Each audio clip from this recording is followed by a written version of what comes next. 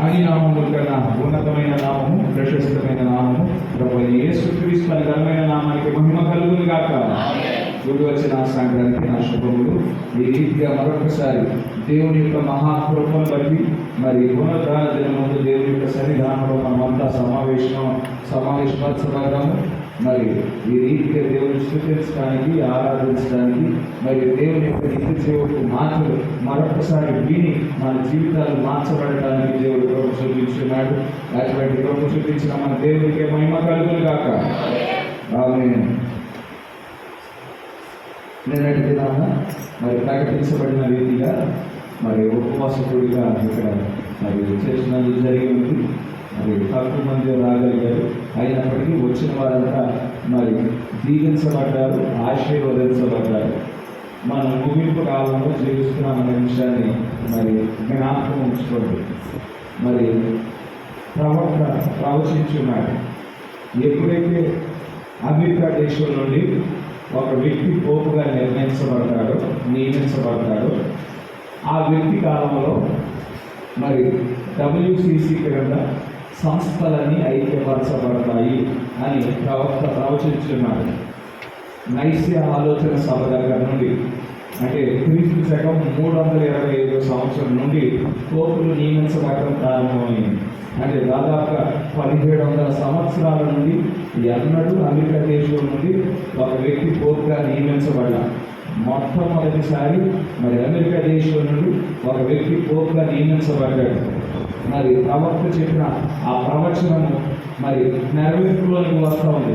America దేశం నుండి ఒక వ్యక్తి పోపుగా నియమించబడినప్పుడు ఆ WCC కింద ప్రతి సంస్థ, ప్రతి శాఖ మరి ఐక్యపరచబడతాయి అనే విషయాన్ని మరి ప్రవక్త చెప్పినట్టుగా మరి ఆ కార్యక్రమ నెరవేర్పు ప్రారంభమైంది. కనుక అంత్యకాల వర్తమాన మరి అనుభవం కలిగిన సేవకులంతా చెప్తూ ఉన్నారు. మరి ఈయనే వధువు కొనుక్కోబడటానికి మునుపు ఆఖరి పోపుగా ఉంటాడు. ఈ వ్యక్తి యొక్క కాలం అయిపోయేలోపు వధువు యొక్క రాక సంభవిస్తుంది అన్నట్టుగా మాట్లాడుతూ ఉన్నారు. ఏదేమైనప్పటికీ మనమైతే మన యొక్క దేహ విమోచనకు అతి సమీపంగా ఉన్నాం.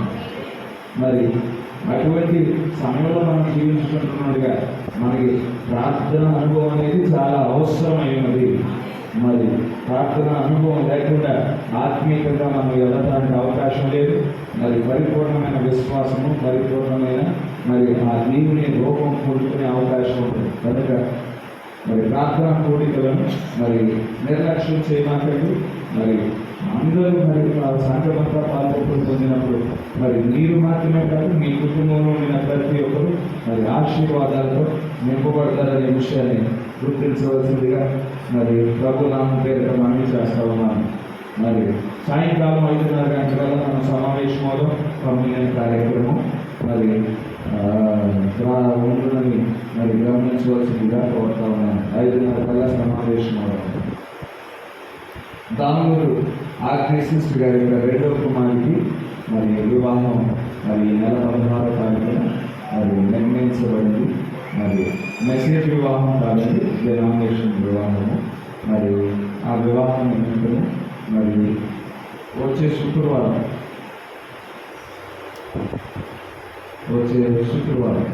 13వ తారీఖున మరి వారి గృహంలో మరి ఒక ప్రత్యేకమైన పూర్తి ఏర్పాటు చేయమని మరి కోరుకున్నారు. మరి 13వ తారీఖున వచ్చే శుక్రవారం మరి దామూరు ఆత్మీయ సహోదరు యొక్క గృహం నందు మరి ప్రత్యేకమైన కూడిక మరి సంఘం మొత్తానికి ఆహ్వానం తెలియజేయమని మరి పంపించున్నారు.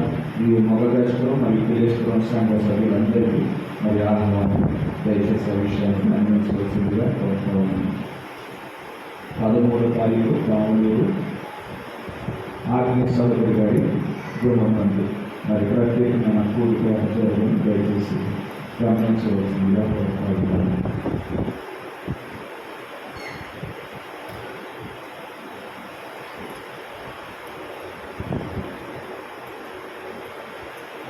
ఈ మధ్యాహ్న సమయంలో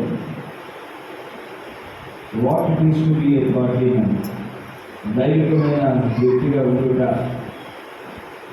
అంటే దైవికమైన వ్యక్తిగా ఎందుకంటే దేవుని అంశం మీద మాట్లాడాలని ఆలోచన కలిగిన దేవుడు సహాయం చేయగలరు.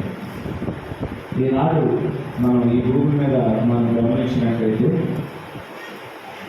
దాదాపుగా 195 దేశాలు ఉన్నాయి. ఈ భూమి మీద 195 దేశాలు ఉన్నాయి. ఈ 195 దేశాలలో జనాభా సంఖ్య ఎంత ఉండొచ్చు? ఈ 195 దేశాలలో జనాభా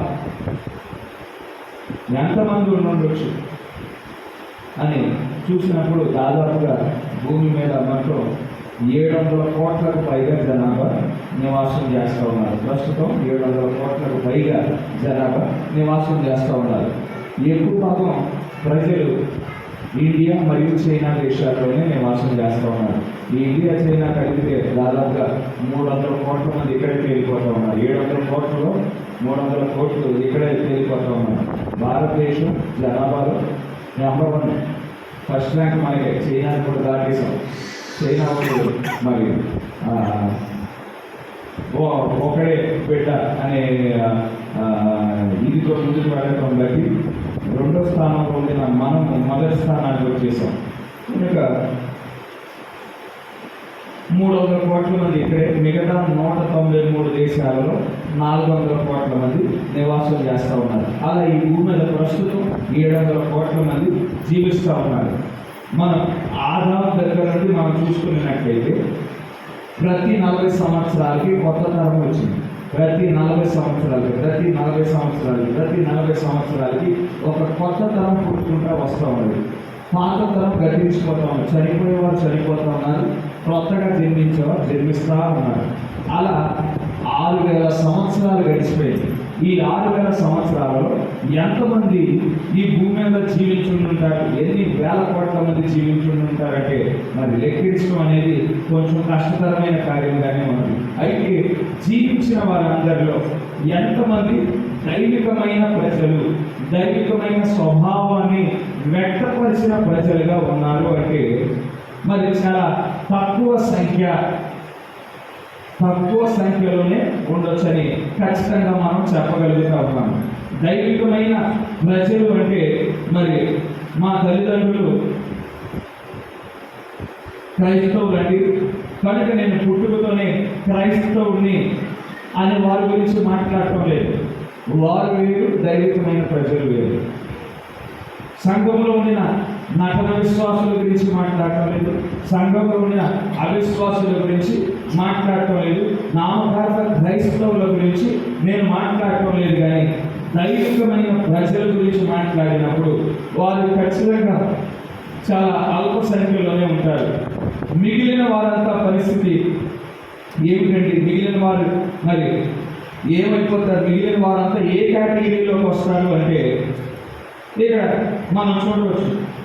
కొంతమంది స్వార్థ ప్రియులుగా ఉన్నారు, కొంతమంది ధనాపేక్షకులుగా ఉంటారు, బెంకములాడి వారిగా ఉంటారు, అహంకారులుగా ఉంటారు, దోషకులుగా ఉంటారు, తల్లిదండ్రులకు అవిధేయులుగా ఉంటారు, కృతజ్ఞత లేని వారుగా ఉన్నారు, అపవిత్రులుగా ఉన్నారు, అనురాగరహితులుగా ఉన్నారు, అతి ద్వేషులుగా ఉన్నారు, అపవాదకులుగా ఉన్నారు, అజితేంద్రులుగా ఉన్నారు, క్రూరులు, సజ్జన ద్వేషులు, ద్రోహులు, మూర్ఖులు, గర్వాంధులు, దేవుని కంటే సుఖానుభవాన్ని ఎక్కువగా ప్రేమించేవారు, పైకి భక్తి గల వారి వలె కనిపిస్తారు కానీ దేవుని యొక్క శక్తిని ఆశ్రయించిన వారిగా మరి ఉన్నారు.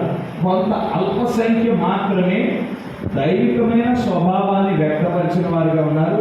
మిగిలిన వారంతా మరి ఈ కేటగిరీలో ఏదో ఒక కేటగిరీకి సంబంధించిన వారు ఉన్నారు. మరి ఈ కేటగిరీకి సంబంధించిన ఏ పురుషుడైనా కానీ నశిస్తాడు, ఏ స్త్రీ అయినా కానీ నశించడానికి మరి నశించే వారిగానే ఉన్నారు. మరి మన పరిస్థితి ఏంటండి? మన పరిస్థితి ఏంటంటే దేవుని యొక్క మహాకృపను బట్టి మనమైతే దీవించబడిన ప్రజలమై ఉన్నాము, ఆశీర్వదించబడిన ప్రజలమై ఉన్నాము. మరి మనం నిత్య జీవంలోనికి ప్రవేశించడానికి గాను, పరలోక రాజ్యాన్ని స్వతంత్రించుకోవడానికి గాను దేవుడు ముందుగానే నిర్ణయించాడు. అందుకే ఈ ముగింపు కాలానికి సంబంధించిన వర్తమాన విషయమై మన కళ్ళను తెరిచాడు, మన హృదయాలను తెరిచాడు, లోకం నుండి వేరుపరిచాడు. మరి ఈ వాక్యం కొరకు మరి నిలబెట్టుకోవటం మన మనమైతే మరి దేవుని యొక్క మహాకృపను బట్టి ఆశీర్వదించబడిన ప్రజలమై ఉన్నాము. అయితే ఈ కేటగిరీకి సంబంధించిన ప్రజలు ఎవరైతే ద్రోహులుగా ఉన్నారు, ఎవరైతే దానాపేక్ష కలిగిన వారిగా ఉన్నారు, వారందరిని బట్టి ఈ భూమి మీద ఉపద్రవాలు ప్రమాణించబడతా ఉన్నాయి. మరి సమస్త దేశాలకు నాయకులు ఉన్నారు, సమస్త రాజ్యాలకు నాయకులు ఉన్నారు, మతపరమైన నాయకులు ఉన్నారు, సంఘాలకు సంబంధించిన నాయకులు ఉన్నారు, రాష్ట్రానికి సంబంధించిన నాయకులు ఉన్నారు. వారిలో యథార్థత లేకపోవటాన్ని బట్టి, వారిలో నీతి నియమాలు లేకపోవటాన్ని బట్టి, వారిలో దైవికమైన స్వభావం లేకపోవటాన్ని బట్టి ఈ భూమి మీద ఉపద్రవాలు ప్రమాణించబడతా ఉన్నాయి. అందుని బట్టి మరి భూకంపాలు సంభవిస్తూ ఉన్నాయి. ఎందుకంటే మన నాయకుల పరిస్థితులు ఆ విధంగా ఉన్నాయి. నాయకులు ఏ విధంగా ఉంటే వారిని వెంబడించే ప్రజలు కూడా అదే విధంగా ఉంటారు. వారిలో మరి నీతి లేకపోవటాన్ని బట్టి, వారిలో యథార్థత లేకపోవటాన్ని బట్టి, వారిలో దైవికమైన స్వభావం లేకపోవటాన్ని బట్టి ఈ యొక్క భూకంపాలు సంభవిస్తూ ఉన్నాయి. మరి సునామీలు సంభవిస్తూ ఉన్నాయి, వరదలు సంభవిస్తూ ఉన్నాయి, హానికరమైన క్రొత్త రోగాలు రావడానికి కారణము మరి వారి యొక్క అవిధేయతను బట్టి అనే విషయాన్ని మనం ఇక్కడ గుర్తించవలసిన వారమై ఉన్నాము. నాయకులు అనగానే మొదట మన హృదయంలోకి వచ్చేది పురుషులే. మరి మన హృదయంలో ఊహించుకుంటూ ఉంటాం. ఎందుకంటే పురుషుడు స్త్రీ కంటే పాపం చేసిన తర్వాత హెచ్చించబడిన వాడిగా ఉన్నాడు. పురుషుడు స్త్రీ మీద ఏలికగా, పురుషుడు శిరస్సుగా ఉండటానికి గాను దేవుడు ఆజ్ఞ ఇచ్చున్నాడు. పాపం చేసిన తర్వాత ఆదికాండంలో అవ్వ సర్పం యొక్క మాటల చేత మోసపరచబడింది. కానీ ఆదాము మోసపరచబడలేదు. ఆదాము అవ్వ మీద ఉండిన ప్రేమతో తాను ఏది ఎదుర్కోవాల్సి వస్తుందో ఆ పర్యవసానాన్ని అంతా ఎరిగి ఉండే ఆమె మీద ప్రేమతో పాపంలోనికి ప్రవేశించాడు. ఆమెను విడిచిపెట్టలేక, ఆమెను విడనాడలేక, ఆమె మీద ఉండిన ప్రేమతోనే మరి ఆ పాపము చేయడానికి నిర్ణయించుకున్న వాడిగా ఉంటున్నాడు. కనుక ఇక్కడ ఆదాము మరి అవ్వ మీద శిరస్సుగా ఏలికగా ఉంచబడటం మనం చూడగలుగుతూ ఉండేవాము. అయితే ఇప్పుడు ప్రభువు యేసుక్రీస్తు వారు వచ్చారు కదండి, ఆయన రక్తం కార్చాడు కదండి, ఆయన రక్తంలో కడగబడ్డాం కదండి, పరిశుద్ధాత్మను పానం చేయించున్నాం కదండి. ఇప్పుడు క్రీస్తునందు మరి ఏ స్త్రీ అని పురుషుడని భేదం లేదు కదండి. అవును, భేదం లేదు. రక్షణ పొందుకుంటంలో ఎటువంటి భేదం లేదు. వాక్యపు ప్రత్యక్షత పొందుకోవడంలో ఎటువంటి భేదము లేదు. దేవుని యొక్క దీవెనలు, దేవుని యొక్క ఆశీర్వాదాలు పొందుకునే విషయంలో ఎటువంటి భేదం లేదు. కానీ ఏ విషయంలో భేదం అంటే గమనించండి, పురుషుడు స్త్రీ పురుషుని భూమి మీద జీవించినంత కాలము ఆ వ్యత్యాసం అనేది కడ వరకు కొనసాగించబడుతుంది. ఎందుకంటే దేవుడు పెట్టిన నియమం అది. పురుషుడు స్త్రీ మీద శిరస్సుగా ఏలికగా ఉంచబడ్డాడు. ఆ భౌతికమైన జీవితాన్ని జీవించినంత కాలము ఆ వ్యత్యాసం అనేది అలా కొనసాగించబడుతుందనే విషయాన్ని మనం ఇక్కడ గుర్తించవలసిన వారమై ఉన్నాము. కనుక ఇక్కడ మనం గమనించినట్లయితే ఈ పురుషత్వము, ఈ స్త్రీతత్వంతో పాటు ఇంకొక పదం ఇక్కడ మనం పట్టుకున్నాం. అది దైవికమైన స్వభావం. స్త్రీకి సంబంధించిన స్వభావం ఉంటుంది, పురుషుడికి సంబంధించిన స్వభావం ఉంటుంది. అయితే ఇవి సహజంగా మనలో ఉండే గుణలక్షణాలు అయి ఉన్నాయి.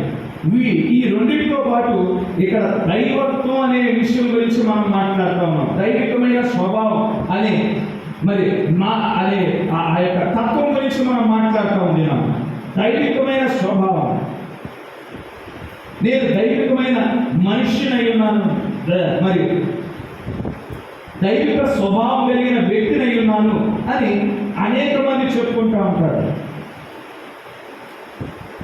అది చెప్పుకున్నంత మాత్రాన ఆ వ్యక్తి దైవికమైన మనిషి అయిపోడు, కానీ దేవుని యొక్క గుణలక్షణాలను వ్యక్తపరిచినప్పుడు, ఆ గుణలక్షణాలు తన జీవితంలో గుర్తించబడినప్పుడు దైవికమైన స్వభావం కలిగిన వ్యక్తిగా ఆ వ్యక్తి గుర్తించబడతాడు.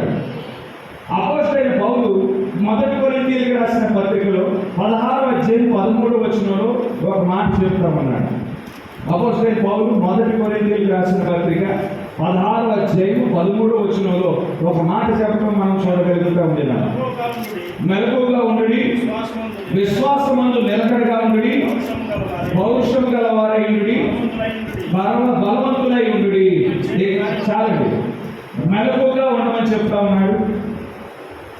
మరి విశ్వాసమును నిలకడగా ఉండమని చెప్తా ఉన్నాడు. పౌరుషము గలవారే ఉండమని చెప్తా ఉన్నాడు పౌలు. మరియు బలవంతులై ఉండుడి అని చెప్తా ఉన్నాడు. ఇక బలవంతులై ఉండుడి అనే పదం గమనించాడు. భౌతికమైన బలం గురించి ఏమన్నా పౌలు గారు మాట్లాడుతూ ఉన్నారా?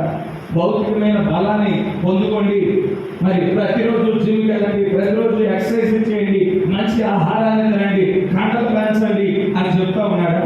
ఆ భౌతికమైన బలం గురించి పౌలు మాట్లాడటం లేదు. ఈ భూమి మీద ఎంతమంది జిమ్ములకు వెళ్ళేవాడు ఉన్నారు, కండలు పెంచేవారుగా ఉన్నారు, మరి సునాయాసంగా 100 కేజీలు 200 కేజీలు ఎత్తగలిగే వారిగా ఉన్నారు. అటువంటి వ్యక్తులలో 1% కానీ దైవికమైన స్వభావం మనం చూడలేము. ఇక్కడ పౌలు ఎటువంటి బలం గురించి మాట్లాడుతూ ఉన్నాడంటే ఆత్మీయమైన బలం గురించి మాట్లాడుతూ ఉన్నాడు. హల్లెలూయా! భౌతికమైన బలం ఉన్నా లేకపోయినా ఆత్మీయమైన బలం కలిగిన వారు ఎటువంటి పరిస్థితి వచ్చినా కానీ విశ్వాసములో నిలకడగా ఉండి వారై ఉంటారు, మెలకువగా ఉండి వారై ఉంటారు. దేవుని వాక్య విషయమే రోషము కలిగిన వారుగా ఉంటారు. హల్లెలూయా! అటువంటి గొప్ప మరి భౌతికమైన ఆత్మీయమైన బలం కలిగిన వ్యక్తిగా పరిశుద్ధ గ్రంథంలో ఎవరైనా ఉన్నారంటే మనకి మొదట గుర్తొచ్చేది యోబు గారై ఉన్నారు. ఎటువంటి పరిస్థితి అయినా కానీ వాక్యాన్ని విడిచిపెట్టని వాడిగా ఉన్నాడు. హల్లెలూయా! తనను మరి సాతాను ఏ విధంగా వచ్చి పరీక్షించినా కానీ వాక్యాన్ని మాత్రం విడిచిపెట్టలేదు, తన విశ్వాసాన్ని మాత్రం విడిచిపెట్టలేదు. హల్లెలూయా! సాతానుడు వచ్చి మరి తనకు ఉండిన మందలన్నిటినీ నాశనం చేశాడు. వచ్చి విశ్వాసంలో కదల్చబడ దేవుని పైన ఆనుకున్నట్లో ఎటువంటి వ్యత్యాసం లేదు. తర్వాత తన సంతానం దగ్గరికి వచ్చాడు. సంతానం చంపబడినా కానీ యెహోవా ఇచ్చాడు, యెహోవా తీసుకున్నాడు అని అన్నాడు. అక్కడ కూడా విశ్వాసం కోల్పోలేదు. ఇక ఆఖరిగా సాతానుడు ఏం చేశాడు? తన శరీరంలోకి ప్రవేశించాడు. అప్పటిదాకా మంచి ఆరోగ్యం ఉంది. ఎప్పుడైతే సాతానుడికి శరీరాన్ని మీద కూడా దేవుడు యాక్సెస్ ఇచ్చాడో, సాతానుడికి దేవుడు అనుమతించాడు, దేవుడే అనుమతించాడు. ఎప్పుడైతే అనుమతి పొందుకొని ఉన్నాడో యోబు గారి శరీరంలోకి ప్రవేశించి నడినెత్తుడి అడిగాల వరకు ఆ గుండ్లు రప్పించడం మనం చూడగలుగుతా ఉంటున్నాం.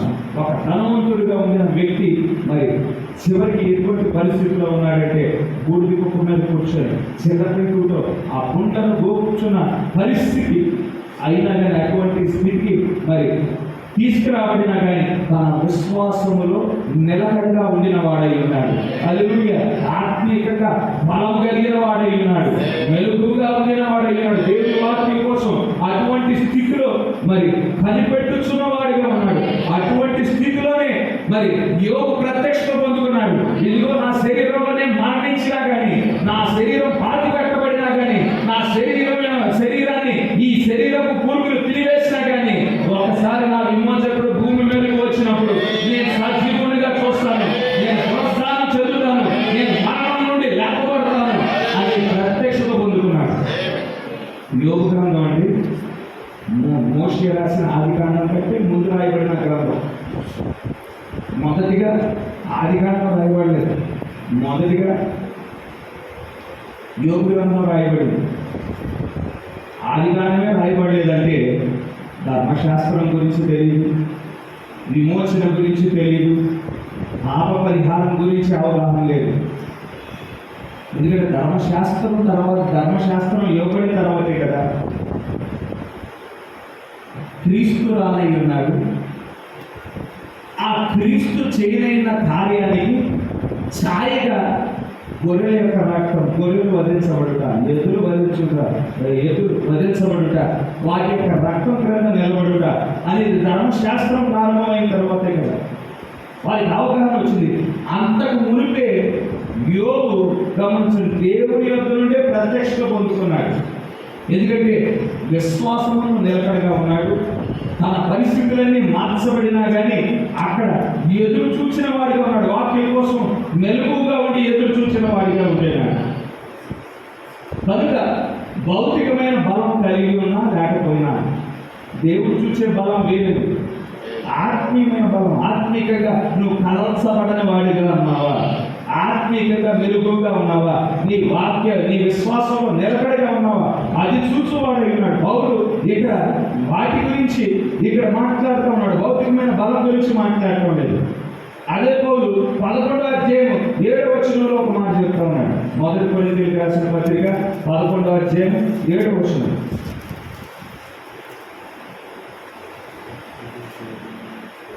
పురుషుడైతే దేవుని పోలికయు మహిమయునై ఉన్నాడు కనుక తల మీద ముసుగు వేసుకొనకూడదు. కానీ స్త్రీ పురుషుని మహిమ అయి ఉన్నది. ఇక్కడ పురుషుడైతే దేవుని పోలికయు మహిమనై ఉన్నాడు కనుక తల మీద ముసుగు వేసుకొనకూడదు. కానీ స్త్రీ పురుషుని మహిమ అయి ఉన్నది.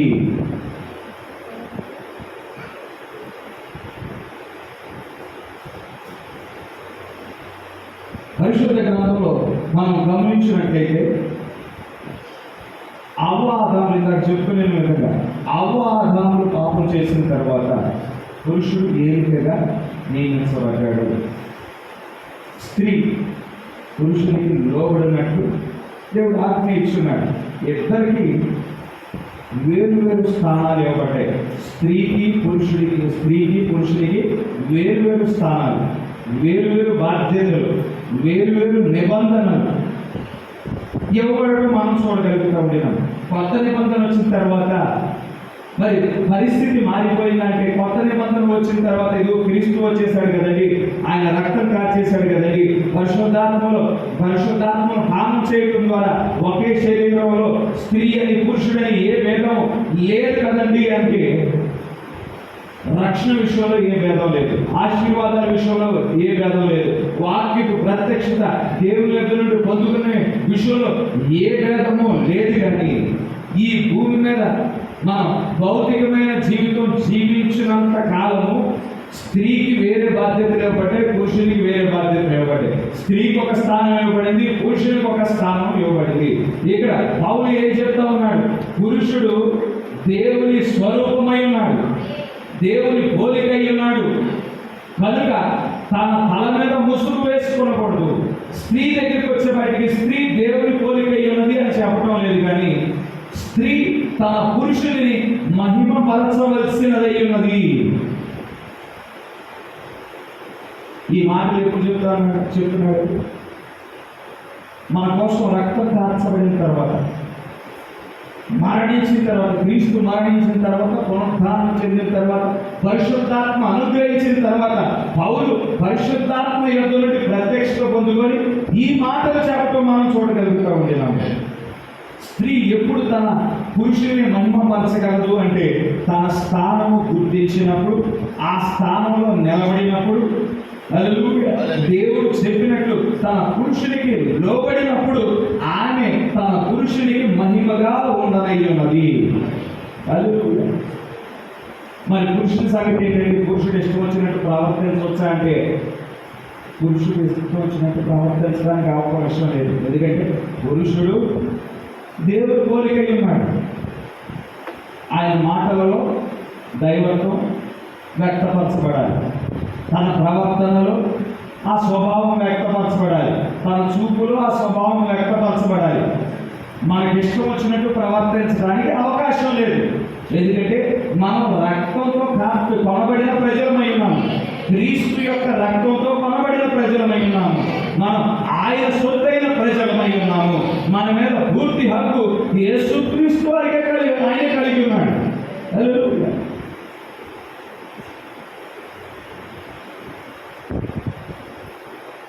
సామెతల సామెతల గ్రంథం 12 అధ్యాయం 4 ఒక మాట చెప్పబడింది. సామెతల గ్రంథం 12 అధ్యాయం 4.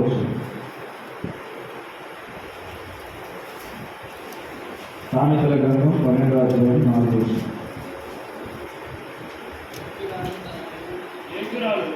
యోగ్యురాలు తన పెనిమిటికి కిరీటం, సిగ్గు తెచ్చినది వారి ఎముకలకు కొళ్ళు. చాలండి. యోగ్యురాలు తన పెనిమిటికి కిరీటము, సిగ్గు తెచ్చినది వారి ఎముకలకు కొళ్ళు. ఈ వచనంలో 2 భాగాలు ఉన్నాయండి. మొదటి భాగం తర్వాత కామ పెట్టుకుంటే బాగుండేది. తెలుగు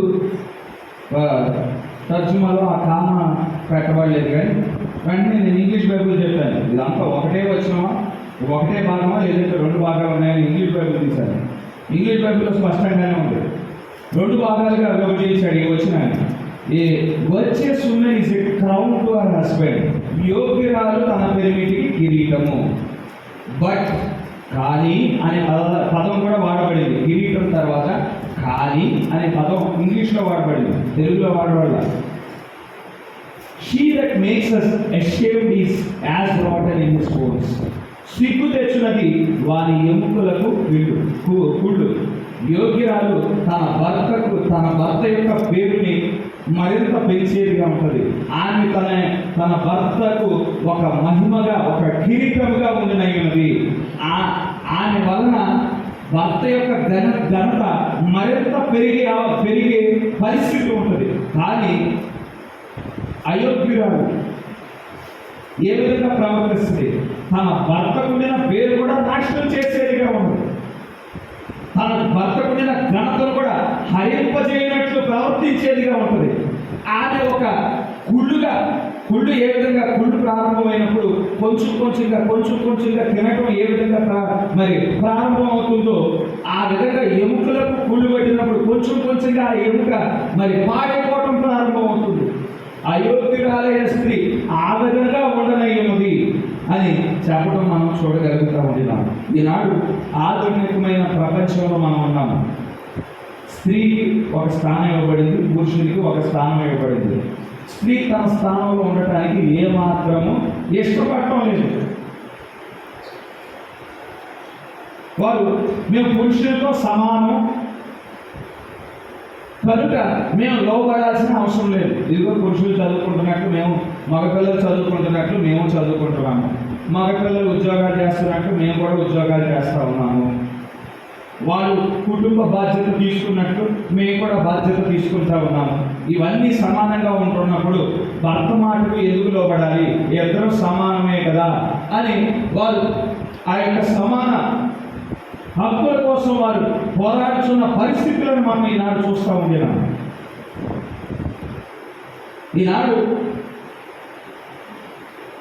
ప్రతి దాంట్లో సమానమని వారు పోరాడుతూ ఉన్నారు. అందుకే ఈ మధ్యన అన్ని యూనిసెక్స్ వచ్చినాయి. అంటే బట్టలో యూనిసెక్స్, కలపాలు యూనిసెక్స్. అంటే యూనిసెక్స్ అంటే పురుషులైనా వేసుకోవచ్చు, స్త్రీలైనా వేసుకోవచ్చు, వ్యత్యాసం ఏమీ లేదు. ఈ బట్టలు యూనిసెక్స్ అంటే ఎవరైనా వేసుకోవచ్చు.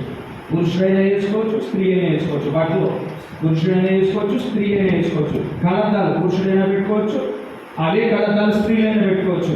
వాచ్లు పురుషులైనా పెట్టుకోవచ్చు, స్త్రీలైనా పెట్టుకోవచ్చు. ప్రతి దాంట్లో సమానత్వాన్ని కోరుకొని ఇదంతా ఈ లోకానికి సంబంధించిన ఆత్మ మనలో పెట్టుచున్న ఆలోచనలు అయి ఉన్నాయి. కానీ దేవుని వాక్యంలో ఆ విధంగా చెప్పబడలేదు. ఈ భూమి విమోచించబడేంత వరకు పురుషుడు స్త్రీ మీద ఏకగా ఉంటును అని చెప్పాడు దేవుడు. అది కడవరకు ఉంటుంది. మనం విమోచించబడేంత వరకు మనం 6వ పరిమాణానికి వెళ్ళినప్పుడు, మనం అక్కడ మహిమ దేహాలు మనం ధరించుకున్నప్పుడు, లేదంటే థియోఫనీ ధరించుకున్నప్పుడు అక్కడికి వచ్చేపాటికి ఇక ఆ శరీరాలలో పాపం అనేది ఉండదు, స్త్రీ పురుషుడు అనేది భేదం అనేది ఉండదు. కానీ ఈ భూమి మీద మనం విమోచించబడేంత వరకు దేవుడు చెప్పేశాడు. దేవుని మాట భూమి ఆకాశంలో గతించుకోలేమో కానీ ఆయన మాట నెరవేరక మానవుడు, అది కడవరకు మానవుడు పెట్టబడిన నియమమై ఉంది. అయితే నిజమైన దైవికమైన స్త్రీ అయితే దేవుడు తనకిచ్చిన స్థానాన్ని గుర్తిస్తుంది, ఆ స్థానంలో నిలబడుతుంది. ఆ స్థానాన్ని బట్టి, ఆమెకు ఇవ్వబడిన బాధ్యతను బట్టి తన పురుషుని మహిమపరిచేదిగా ఉన్నది. తన పురుషునికి ఆమె ఒక కిరీటముగా ఉండనై ఉన్నది. కిరీటం అంటే మహిమ తెచ్చే కిరీటంగా ఉంటుంది, మెడలను వంచే కిరీటంగా ఉండదు. తన భర్త యొక్క ఆలోచనలు మార్చేదిగా ఉండదు. తన భర్తను కాలి కింద చెప్పుగా మార్చేదిగా ఉండదు. ఎందుకంటే పురుషుడు దేవుని పోలికగా ఉన్నాడు. స్త్రీ సంఘాన్ని ప్రతిబింబించేదిగా ఉన్నది. సంఘము ఏ విధంగా క్రీస్తుకు లోబడుతుందో స్త్రీ తన భర్తకు లోబడుతుంది. సంఘము క్రీస్తుని మెడలు మార్చదు, క్రీస్తు యొక్క మెడలు మార్చదు. సంఘము క్రీస్తు యొక్క ఆలోచనలు మార్చదు. సంఘము క్రీస్తుని తన కాళ్ళ కింద చొప్పు మాదిరిగా మలుచుకోదు. సంఘము క్రీస్తును మహిమపరిచేదిగా ఉన్నది. స్త్రీ కూడా తన భర్తను మహిమపరిచేదిగా ఉన్నది. కనుక ఇక్కడ మనం గమనించవలసిన వారమైనాము. ఆ సంగతి మనం గమనించవలసిన వారమైనాము. అయితే ఇది భౌతికమైన పురుషుడు కలిగిన బాధ్యత, భౌతికంగా స్త్రీ కలిగిన బాధ్యత. వారి ఇరువురికి వేరు స్థానాలు ఇవ్వబడ్డాయి, వారి ఇరువురికి వేరు బాధ్యతలు ఇవ్వబడ్డాయి. ఇక్కడ దైవికమైన ఒక వ్యక్తి గురించి మనం మాట్లాడుతూ ఉన్నాం. ఇప్పుడు పురుషతత్వం, స్త్రీతత్వం అనేది సహజంగానే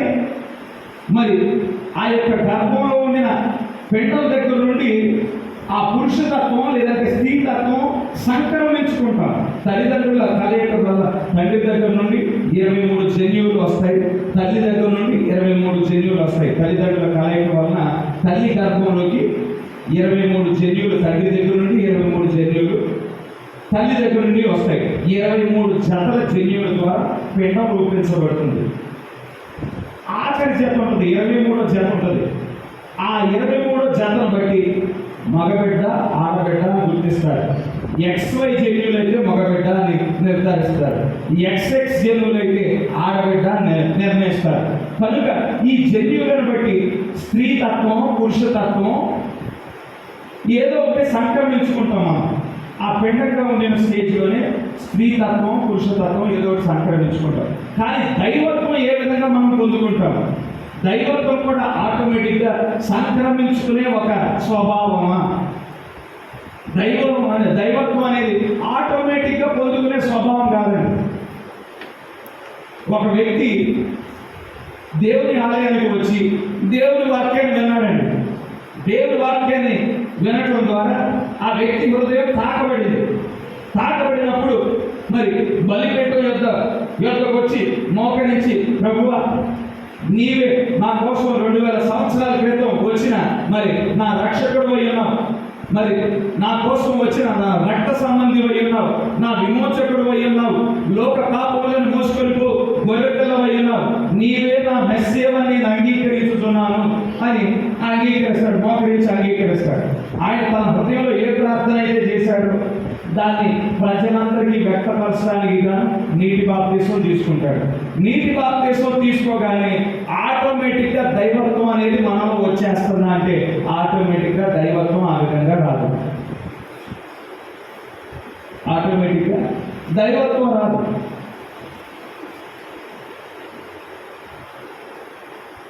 ఒక వ్యక్తి నీటి ద్వారా మాత్రమే కాదు, పరిశుద్ధాత్మ ద్వారా తిరిగి జన్మించవలసిన వాడై ఉన్నాడు. ఒకే ఆత్మను పానము చేయడం ద్వారా మనం ఒక శరీరంలోనికి చేర్చబడుతున్న వారమై ఉన్నాము. హల్లెలూయా. ఎప్పుడైతే మనం పరిశుద్ధాత్మతో నింపబడతా ఉన్నామో ఆ వాక్యము గమనించండి, పరిశుద్ధాత్మ మనలో ప్రవేశించడం అంటే దేవుడు వాక్యమై ఉన్నాడు. ఆ వాక్యము మన హృదయంలోకి ప్రవేశించినప్పుడు గమనించండి, మన స్వభావం క్రమేపీ మార్చబడటం ప్రారంభం అవుతుంది. పూర్తిగా పొందుకునేది కాదు, ఆటోమేటిక్గా పొందుకునేది కాదు. అక్కడ కార్యం అనేది పరిశుద్ధాత్మ ప్రవేశించడం ద్వారా ప్రారంభం అవుతుంది. ఇక్కడ ఒక విషయాన్ని మనం చూద్దాం. మొదటి రాజుల గ్రంథం 2వ అధ్యాయం 1వ వచనం నుంచి చదువు. మొదటి రాజుల గ్రంథం 2వ అధ్యాయం 1వ వచనం. దావీదునకు మరణకాలం సమీపింపగా అతడు తన కుమారుడైన సొలొమోనుకు ఇలాగ ఆజ్ఞ ఇచ్చెను, లోకులందరూ పోవలసిన మార్గమును నేను పోతున్నాను, కాబట్టి నీవు ధైర్యము తెచ్చుకొని నిబ్బరము కలిగి నీ దేవుడైన యెహోవా అప్పగించిన దానిని కాపాడి ఆయన మార్గములను అనుసరించిన ఎడల నీవు ఏ పని పూనుకొనినను ఎక్కడ తిరిగినను అన్నిటిలో వివేకముగా నడుచుకొందువు. మోషే ధర్మశాస్త్రంలో రాయబడి ఉన్న దేవుని కట్టడలను ఆయన నియమించిన ధర్మమంతటిని ఆయన న్యాయ విధులను శాసనములను గైకొనుము.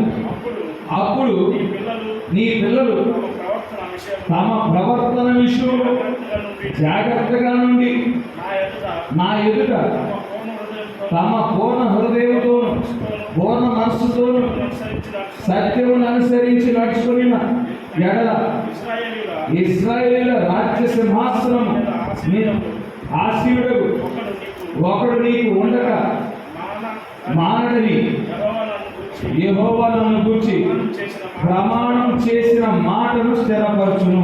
సరే, ఇక్కడ గమనించండి. దావీదు గారు ఆయన 40 సంవత్సరాలు ఇశ్రాయేలు ప్రజలను పరిపాలన చేశాడు. మొదటి ఇశ్రాయేలుకి మొదటి రాజుగా సౌలు ఉన్నాడు, 2వ రాజు దావీదు. సౌలేమో ప్రజల యొక్క ఆలోచనలకు అనుగుణంగా ఎన్నిక చేయబడిన వ్యక్తి ఉన్నాడు. ప్రజలు ఎటువంటి ఆలోచనలు కలిగి ఉన్నారో దేవుడు గుర్తించాడు. దేవుడే తీసుకొచ్చాడు. ఇదిగో మీకు కలిగిన మీకు రాజు కోరుకున్నారు, అందగాడై ఉండాలని కోరుకున్నారు, బలవంతుడై ఉండాలని కోరుకున్నారు, ఆజానుభావుడై ఉండాలని కోరుకున్నారు. ఇదిగో అటువంటి వ్యక్తిని మీ ఎన్నికను బట్టి మీ ఆలోచన బట్టి ఇదిగో తీసుకొచ్చాను. ఆ వ్యక్తి ఏం చేశాడు? గొలియాతు ముందు నిలబడలేకపోయాడు. బలవంతుడై ఉండొచ్చు ఆ వ్యక్తి.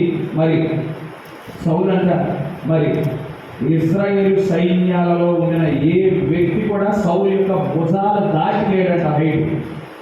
సౌలు అటువంటి 7 అడుగులు ఆజానుభావుడై ఉన్నాడు. అయినా కానీ 9 అడుగుల గొలియాతు ఎప్పుడైతే నిలబడినప్పుడు గొలియాతు ఎదుట నిలబడటానికి ధైర్యం చాలని వాడిగా ఉన్నాడు. అది ప్రజల యొక్క ఎన్నిక. 2వ రాజు వచ్చేపాటికి ప్రజల యొక్క ఎన్నిక కాదు, దేవుని యొక్క ఎన్నిక ఉన్నాడు. హల్లెలూయా. ప్రజలు కోరుకున్నట్లు ఈయన ఆజానుభావుడు కాదు, 5 అడుగుల వ్యక్తి. మరి ప్రజలు కోరుకున్నట్లు మరి ఖండాలు తిరిగిన వాడు కాదు, ఒక యవనస్తుడు. అయితే దేవుడు భౌతికమైన రూపాన్ని చూచువాడు కాదు, కానీ మరి అంతరంగాలను ఆయన చూచువాడై ఉన్నాడు, హృదయ పరిస్థితులను చూచువాడై ఉన్నాడు. కనుక అటువంటి దావీదు మరి తన జీవిత కాలం అంతా దేవుని వాక్యానికి లోబడ్డవాడిగా ఉన్నాడు. మరి దేవుని యొక్క ధర్మశాస్త్రాన్ని మరి ఆయన జరిగించిన వాడిగా ఉన్నాడు. ధర్మశాస్త్రానికి లోబడి మరి దేవుని యొక్క కట్టడలకు లోబడి దేవుని యొక్క ఆజ్ఞలకు లోబడి మరి జీవించిన వాడిగా ఉన్నాడు. కనుక 40 సంవత్సరాలు ప్రశాంతంగా పరిపాలన చేశాడు. తన పరిపాలన అయిపోయే సమయానికి తన బిడ్డను సింహాసనం మీద తీసుకొస్తా ఉండేనాడు. అదే వార్తను ఇచ్చాడు దేవుడు. ధర్మశాస్త్రానికి లోబడినప్పుడు నీ కుటుంబంలో నుండి నీ కుమారులో నుండి ఒకడు సింహాసనం మీద కూర్చోవడానికి ఉండకుండా పోడు అనే వాగ్దానం దావీదుకి ఇవ్వబడింది. ఇప్పుడు సొలొమోనుని పిలిపిస్తా ఉన్నాడు. దావీదు యొక్క టైం అయిపోయింది, ఆయన చనిపోయే సమయం వచ్చింది. సొలొమోనుని పిలిపించాడు. సొలొమోనుకి ఆయన దావీదు చనిపోయే సమయంలో ఒక ప్రాముఖ్యమైన సంగతులు చెప్తా ఉండే, నాకు ప్రాముఖ్యమైన మాటలను చెప్తా ఉన్నాడు. ఇదిగో నీవు నిజమైన పురుషుడిగా ఉండాలి అని చెప్తా ఉన్నాడు. నిజమైన పురుషుడే సొలొమోను పురుషుడేగా. నిజమైన పురుషుడు అంటే ఏంటి? నిజమైన పురుషుడు అంటే గమనించండి, దేవుని వాక్యానికి, దేవుని యొక్క ధర్మశాస్త్రానికి లోబడి వాడై ఉన్నాడు. హల్లెలూయా. నిజమైన పురుషుడు అంటే దేవుని మహిమపరచువాడై ఉన్నాడు. హల్లెలూయా. పురుషుడైతే దేవుని పోలికి మహిమనై ఉన్నాడు కనుక దేవుని మహిమపరచువాడై ఉన్నాడు పురుషుడు. నిజమైన పురుషుడిగా నీవు ఉండాలి అని సొలొమోనుకి ఇక్కడ దావీదు చెప్తా ఉన్నాడు. అంటే దేవుడిని మహిమపరచవలసిన వాడై ఉన్నాం. ఏదో మోషే ద్వారా మనకి ధర్మశాస్త్రం ఇవ్వబడింది. ఆ ధర్మశాస్త్రంలో అనేకమైన కట్టడలు ఇవ్వబడ్డాయి, అనేకమైన ఆజ్ఞలు ఇవ్వబడ్డాయి, అనేకమైన విధులు ఇవ్వబడ్డాయి. ఆ కట్టడలను నీవు గైకొనాలి, ఆ విధులను నీవు జరిగించాలి, ఆ ఆజ్ఞలకు నువ్వు లోబడాలి. హల్లెలూయా. ఆ ఆజ్ఞలకు లోబడినప్పుడు నువ్వు ఎక్కడ తిరిగినా కానీ, ఏ కార్యం తలపెట్టినా కానీ దేవుడే సఫలపరచువాడై ఉన్నాడు అని చెప్తా ఉన్నాడు. నేను 40 సంవత్సరాల ప్రశాంతంగా ఏ విధంగా పరిపాలన చేశాను, నా పరిపాలన అయిపోయిన తర్వాత నా కుమారుడైన నిన్ను ఏ విధంగా కూర్చోబెట్టానో నీవు కూడా మరి నీకివ్వబడిన కాలం అంతట్లో ప్రశాంతంగా పరిపాలన చేస్తావు. నీ తర్వాత నీ గర్భం పుట్టిన నీ కుమారుని కూర్చోబెడతావు అని ఇక్కడ దావీదు చెప్పడం మనం చూడగలుగుతాము. దావీదు చెప్పిన మాటలను బట్టి గమనించాడు. దావీదు చెప్పిన మాటలను బట్టి సొలొమోను ఏం చేశాడు? కొంతకాలం బాగానే ఉన్నాడు. కొంతకాలం దేవుని యొక్క కట్టడలను గైకొన్నాడు. కొంతకాలం దేవుని యొక్క విధులను జరిగించున్నాడు. దేవుని యొక్క ఆజ్ఞలకు లోబడిన వాడిగా ఉండేవాడు సొలొమోను. ఆయన కాలంలో దేవుని కొరకు ఒక మందిరాన్ని కట్టాడు. హల్లెలూయా. మొదటిసారి దేవునికి ఒక మందిరం కట్టబడింది ఈ భూమి మీద. ఇదిగో ఇది నా మందిరమైనది, ఇది నా గృహమైనది, ఇక్కడ నేను వసిస్తాను అని మానవుడు, ఇక్కడ దేవుడు మరి వసిస్తాడు, ఇది దేవుని గుడారమైనది, దేవుని యొక్క ఇల్లు అయి ఉన్నది అని మానవుడు చెప్పుకోవటానికి ఒక స్థలం ఉన్నది. మొదటిసారి దేవుని కోసం ఒక మందిరం కట్టబడింది. స్థిరమైన మందిరం కట్టబడింది. ఎవరి ద్వారా? సొలొమోను ద్వారా కట్టబడింది. 7 సంవత్సరాలు సొలొమోను మందిరాన్ని నిర్మించాడు. నిర్మాణం అయిపోయిన తర్వాత అది ప్రతిష్ఠించబడినప్పుడు దేవుని యొక్క శక్తి ప్రతిష్ఠించే దినమున దేవుని యొక్క శక్తి ఆ మందిరం మీదకి దిగి వచ్చింది. దేవుని యొక్క మహిమ దిగి వచ్చినది. సమాజం అంతా, ఇశ్రాయేలు సమాజం అంతా దేవుని యొక్క శక్తి దిగి వచ్చుటను వారు కనులారా చూశారు. తర్వాత ఏమైపోయింది? కడ వరకు అదే విధంగా జీవించుండి ఉంటే బాగుండేది. తర్వాత ఏమైపోయింది? ఆ విధంగా జీవించిన సొలొమోను కడ వరకు దేవుని యొక్క కట్టడలకు, విధులకు, ఆయన ఆజ్ఞలకు లోబడని వాడిగా ఉన్నాడు. ఏ సొలొమోను అయితే దేవునికి మందిరం కట్టాడో అదే సొలొమోను అన్య దేవతలకు కూడా అదే పట్టణంలో మందిరం కట్టించాడు. సొలొమోను 1000 మంది భార్యలను వివాహం చేసుకున్నాడు. దేనికోసం చేసుకున్నాడు? తన చుట్టూ ఉండిన రాజ్యాలలో మరి రాజుల కుమార్తెలను వివాహం చేసుకున్నాడు.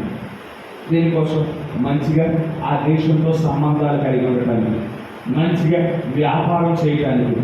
వ్యాపారం చేయడం ద్వారా మరి ఇశ్రాయేలు దేశం మరింత ఆర్థికంగా బలపరచబడుతుంది, మరింత ధనికమైన దేశంగా మారుతుందని ఆయన సొలొమోను ఎక్కువ యుద్ధాలు చేయలేదు. ఎందుకంటే ఎటు చూసినా కానీ ఏదో ఒక రాజ్యం నుండి వివాహం చేసుకోవటం సరిపోయింది. బంధువులే అయిపోతా ఉన్నారు కనుక పెళ్లిళ్ళు చేసుకున్న ఆ స్త్రీలు ఇశ్రాయేలుకి సంబంధించిన స్త్రీలు కాదు, వారు అన్యులై ఉన్నారు. ఇశ్రాయేలు దేశానికి సంబంధించిన స్త్రీలైతే వారికి అబ్రహాము దేవుని గురించి, ఇస్సాకు దేవుని గురించి, యాకోబు దేవుని గురించి వారికి అవగాహన ఉంటుంది. ఎవరు నిజమైన దేవుడో అవగాహన ఉంటుంది. కానీ అన్య స్త్రీలను వివాహం చేసుకున్నాడు. ఆ అన్య స్త్రీలను వివాహం చేసుకున్నప్పుడు వాళ్ళని తీసుకొచ్చేటప్పుడు వారి ఖాళీ చేతులకు ఏమైనా వస్తారా? వచ్చేటప్పుడు వారి దేవతలకు సంబంధించిన విగ్రహాలను కూడా తీసుకొచ్చినప్పుడు భార్యల మీద ఉండిన ప్రేమతో ఏం చేశాడు సొలొమోను గారు? నిజ దేవుడికి ఏ విధంగా ఆలయాన్ని కట్టించాడో అదే పట్టణంలో అన్య దేవతలకు కూడా ఆలయాలు కట్టించడం మొదలుపెట్టాడు. దానివల్ల ఇశ్రాయేలు ప్రజలు విగ్రహారాధన వైపు నడిపించబడటం మనం చూడగలుగుతా ఉన్నాము. కనుక రాజుల గురించి రాసేటప్పుడు సొలొమోను గురించి ఏమని రాయబడిందంటే, దావీదు జీవించిన విధంగా దేవుని యొక్క హృదయానుసారుడిగా దావీదు ఉన్నాడు.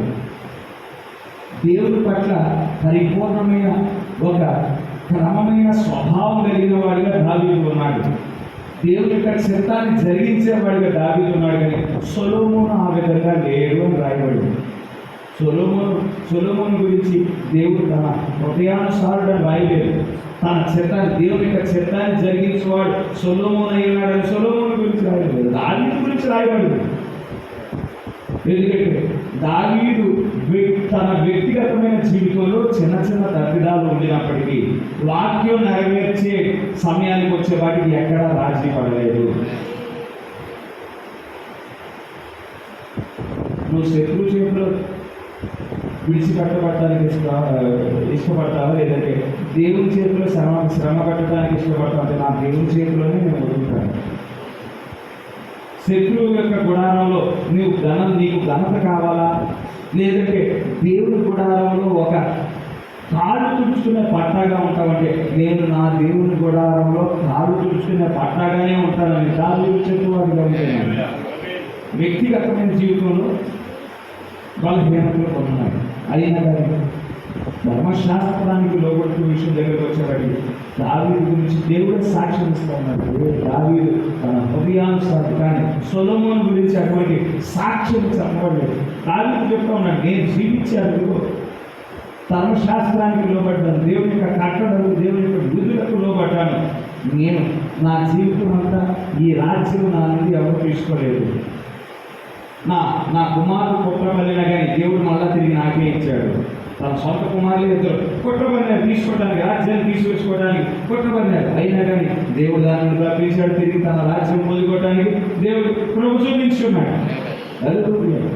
కానీ సొలొమోను దగ్గరికి వచ్చేవాడికి ఆ విధంగా జరగడం. సొలొమోను చేసిన తప్పిదాన్ని బట్టి ఏం జరిగింది? ఆ రాజ్యం ఇశ్రాయేలు దేశం 2 ముక్కలుగా చేయబడింది. సొలొమోను కుమారుడికి ఒక భాగం మాత్రమే, ఒక గోత్రం మాత్రమే ఇవ్వబడింది. సొలొమోను యొక్క సేవకుడికి 10 గోత్రాలు ఇవ్వబడ్డాయి. సొలొమోను యొక్క కుమారుడికి ఒకే ఒక గోత్రం ఇచ్చాడు దేవుడు. ఇదిగో నువ్వు చేసిన తప్పిదాన్ని బట్టి నీ కుమారుడికి ఒక గోత్రం వేస్తా ఉన్నా, నీ పనివాడైన మరి రెహబాము 10 గోత్రాలు ఇస్తా ఉన్నానని చెప్పడం మనం చూడగలుగుతా ఉంటాను. కనుక ఇక్కడ దావీదు ఏం చెప్తా ఉన్నాడు? నిజమైన ఒక పురుషుని వల్లే జీవించాలి. నిజమైన పురుషుడు అంటే వాక్యానికి లోబడేవాడిగా, దేవుని మహిమపరిచేవాడిగా నీవు జీవించాలి అని చెప్పడం మనం చూడగలుగుతా ఉంటాం. పాత నిబంధనలో మాత్రమే పాత నిబంధనలో ధర్మశాస్త్రం ఇవ్వబడింది. ఆ ధర్మశాస్త్రంలో మనుషుడు పాటించవలసిన కట్టడలు, విధులు, ఆజ్ఞలు వారు లోబడి దేవుని మహిమపరిచే వారు ఉన్నారు. కొత్త నిబంధన సంగతి ఇక్కడ పురుషులనగానే పురుషునికి మాత్రమే ఈ మాటలనుకో మాత్రమే. ఈ దేవుని యొక్క విధులు, కట్టడలు, ఆజ్ఞలు పురుషులు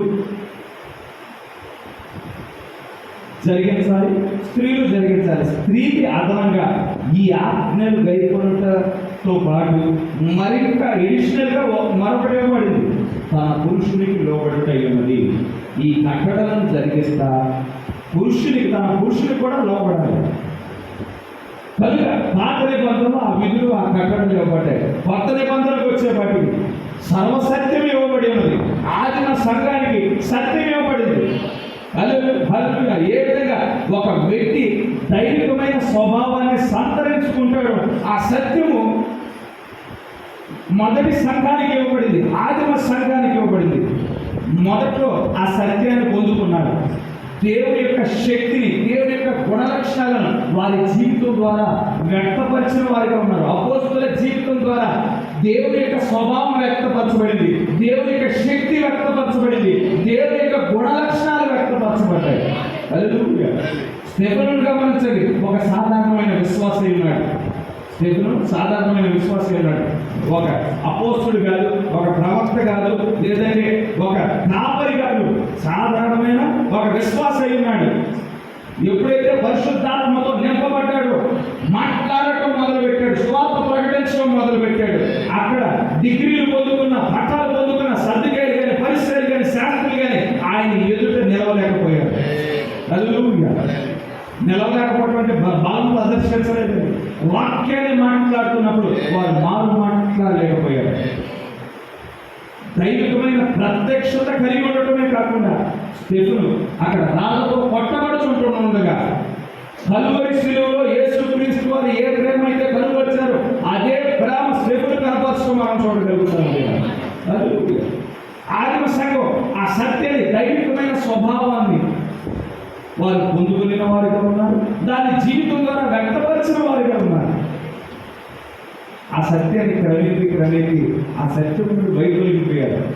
నైస్య ఆలోచన సభ వచ్చేవాడికి, అంటే క్రీస్తు శకం 325 సంవత్సరం వచ్చేవాడికి, ఒక 300 సంవత్సరాలు గడిచేవాడికి ఆ సత్యమును విడిచిపెట్టడం ప్రారంభించారు. సత్యము నుండి తొలగిపోవడం ప్రారంభించారు. చీకటి యుగం వచ్చేవాడికి పూర్తిగా దేవుడు ఏ సత్యాన్ని అయితే ఇచ్చాడో ఆ సత్యాన్ని కోల్పోయారు. మళ్ళా దేవుడు ఏం చేశాడు? సంఘ సంస్కర్తలను తీసుకొచ్చాడు. లోదర్ కాలంలో నీతీకరణ గురించి మళ్ళా ప్రత్యక్షిస్తా ఉన్నాడు. వెస్లీ కాలంలో శుద్ధీకరణ గురించి ప్రత్యక్షించాడు. పెంతెకొస్తు కాలం అంటే 1906 నుండి 1909 కాలం, ఆ సూచ్యం ఆ పెంతెకొస్తు కాలంలో పరిశుద్ధాత్మ గురించి ప్రత్యక్షించాడు. సత్యం మొత్తం పునరుద్ధరించబడిందంటే పెంతెకొస్తు కాలంలో సత్యం మొత్తం పునరుద్ధరించబడాల. ఈ కాలంలో మలాకి 4:5 వర్తమానం ద్వారా ఆదిమ సంఘం ఏ సత్యాన్ని అయితే కలిగి ఉన్నదో ఆ సత్యం మొత్తం ఈనాడు మనకి పునరుద్ధరించబడింది. ఇప్పుడు ఈ వాక్యం ద్వారా స్త్రీ యొక్క స్థానం ఏమిటో, పురుషుని యొక్క స్థానం ఏమిటో మనం స్పష్టంగా చూడగలుగుతా ఉన్నాము. పురుషుడు ఎటువంటి వస్త్రాలు ధరించుకోవాలి, స్త్రీ ఎటువంటి వస్త్రాలు ధరించుకోవాలి మనం చూడగలుగుతా ఉన్నాము. స్త్రీలు వెంట్రుకలు కత్తిరించుకోకూడదు, వెంట్రుకలు కత్తిరించుకోవచ్చో మనం చూడగలుగుతా ఉన్నాము. ఆదిమ పాపం ఏంటో మనం చూడగలుగుతా ఉన్నాము. మానవుడికి రోగాలు, ఈ వ్యాధులు, ఈ మరణం ఏ విధంగా సంక్రమించాయి. వాడు పుట్టుకతోనే మానవుడు అసలు దేవుడు చేయటమే రోగాలు వచ్చేవాడిగా, వ్యాధులు వచ్చేవాడిగా సృజించబడ్డాడా? ఏదైనా పాపం వల్ల మానవుడు ఈ విధంగా శపించబడ్డాడా? మనం ఈ వాక్యం ద్వారా చూడగలుగుతాం. సర్వసత్యము పునరుద్ధరించబడటం మనం చూడగలుగుతాం. అయితే గమనించి ఇక్కడ విషయం మనం గుర్తించాలి. వర్తమానం చదువుతున్నాము, ఎన్నో తెలియని సంగతులు మనం తెలుసుకుంటా ఉన్నాము. అయితే కొంతమంది చెప్తారు, నేను ఫలానా వర్తమానం ఎన్నిసార్లు చదివాను, ఫలానా వర్తమానం ఎన్నిసార్లు చదివాను, 7 పదకొండులో 4 సార్లు చదివాను, 5 సార్లు చదివాను, 7 సార్లు చదివాను. చదవటం ప్రాముఖ్యం కాదు. చదివినప్పుడు ఆ వర్తమానాన్ని బట్టి మన ఆలోచన మార్చబడిందా, మన ఉద్దేశాలు మార్చబడ్డాయా, మన స్వభావం మార్చబడిందా, మన జీవితం మార్చబడిందా, అది ప్రాముఖ్యమైనది. ఎన్నిసార్లు చదివేది ప్రాముఖ్యత కాదు. చదివి ఉండొచ్చు, మంచిదే. కాకపోతే నిజంగా వర్తమానం చదవటం వల్ల మన జీవితం మార్చబడిందా, నిజంగా మనం దేవుడికి దగ్గర అయ్యామా? హల్లెలూయా. జ్ఞానం మన పరలోకం తీసుకోవడం, ప్రత్యక్షతలో పరలోకాన్ని తీసుకెళ్ళి ఆ ప్రత్యక్షతను బట్టి, ప్రత్యక్షత ఎందుకు ఇవ్వబడుతుంది? ఏ ప్రత్యక్షత అయితే పొందుకున్నాడో అదంతా ఒలిచి కయ్యోకి చెప్పాడు. ఎందుకు ఆయన బలి అంగీకరించబడింది, ఎందుకు నీ బలి అంగీకరించబడలేదు పంచుకున్నాడు. పొలంలోకి వెళ్ళి మాట్లాడుకున్నాడు. అయితే ఆ ప్రత్యక్షతను బట్టి మనం జీవించినప్పుడు దేవుడు దాన్ని అంగీకరించేవాడై ఉన్నాడు. హల్లెలూయా. ఈరోజు వర్తమానంలో మేము మర్మాలు తెలుసుకున్నాము అంటే సరిపోదు. ఆ మర్మాన్ని బట్టి మన జీవితం మార్చబడిందా లేదా, మన లోకం నుండి వేరుపరచబడ్డామా లేదా, మన మాట మారిందా, మన చూపు మారిందా, మన ప్రవర్తన మారిందా, అదే మనకి దేవుడిని దగ్గర చేసేదిగా ఉంది. కనుక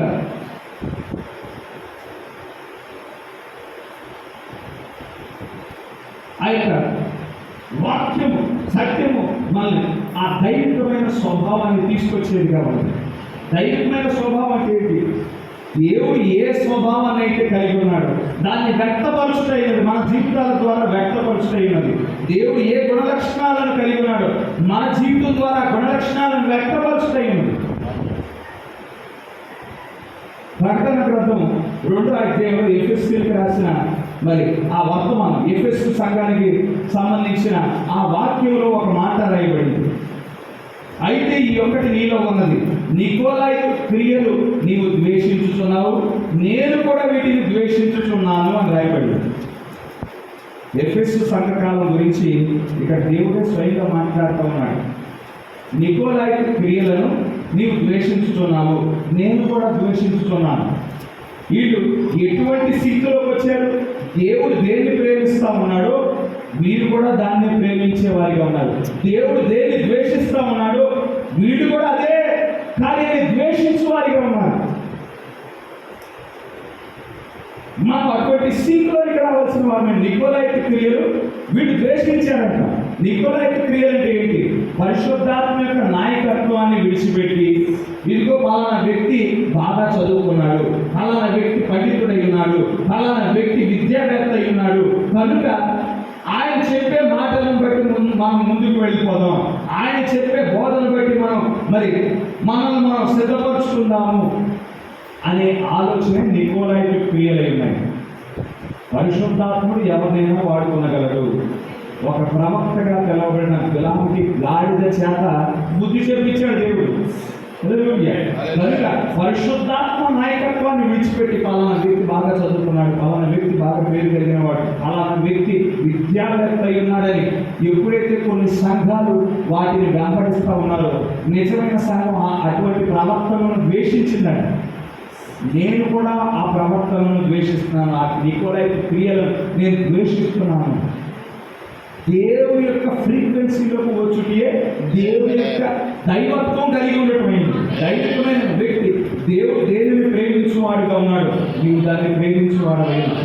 దేవుడు దేనిని ద్వేషించువాడైనాడు, నీవు దాన్ని ద్వేషించువాడుగా ఉంటాడు. దేవుడు దేని ఈ లోకంలో వెరితనంగా చూచువాడైనాడు, నీవు దైవత్వాన్ని కలిగి ఉంటే నీవు కూడా అదే విధంగా ఆ సంగతులన్నింటినీ వెరితనంగా చూచువాడై ఉంటాడు. ఈ లోకానికి సంబంధించిన సంగతులన్నీ దేవుడు వెరితనంగా భావించాడు. నీకు దైవత్వం కలిగిన వాడైతే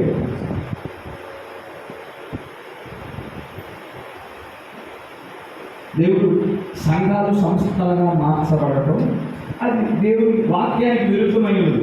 అది పాపముగా దేవుడు దాన్ని పరిగణించాడు. ఎందుకంటే వాక్యానికి విలీనం చేస్తూ ఉన్నారు, లోకాన్ని కలుగుతూ ఉన్నారు. ఒక సంఘం సంస్థగా మార్చబడటం అది వాక్యానికి విరుద్ధమైన కార్యం. సంఘం ఎప్పుడు ఇండిపెండెంట్గా ఉండాలి, ఒక సంస్థ ద్వారా నియంత్రించబడేదిగా ఉండకూడదు. ఈనాడు మనం చూస్తూ ఉన్నాం సంస్థలు, ఈ లోకంలో ఉన్న సంస్థలన్నీ చూస్తూ ఉన్నాం.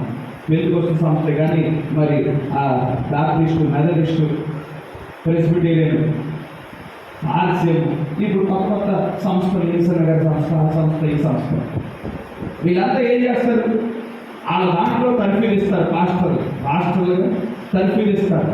తర్వాత వాళ్ళ సంస్థలో కాపర్లుగా ఉద్యోగాలు ఇస్తారు. 5 సంవత్సరాలు ఇక్కడ ఉంచుతారు, 5 సంవత్సరాలు అక్కడ ఉంచుతారు. ట్రాన్స్ఫర్ చేయడానికి ఉపయోగం. దేవుడు ఒక సంఘానికి ఒక వ్యక్తిని కాపరిగా నియమించినప్పుడు దేవుడు నిర్ణయించిన కాలం వరకు ఆ వ్యక్తి అక్కడ ఉంటాడు. నీ సంస్థ మార్చడానికి జీతగాడిలాగే ఉంటాడు. ఆ మందు గురించి పట్టించుకోడు.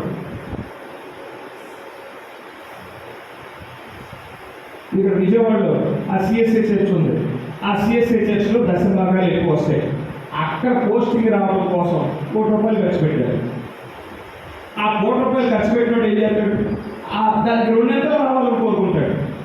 దానికోసం సంఘాన్ని తెలుస్తాడు.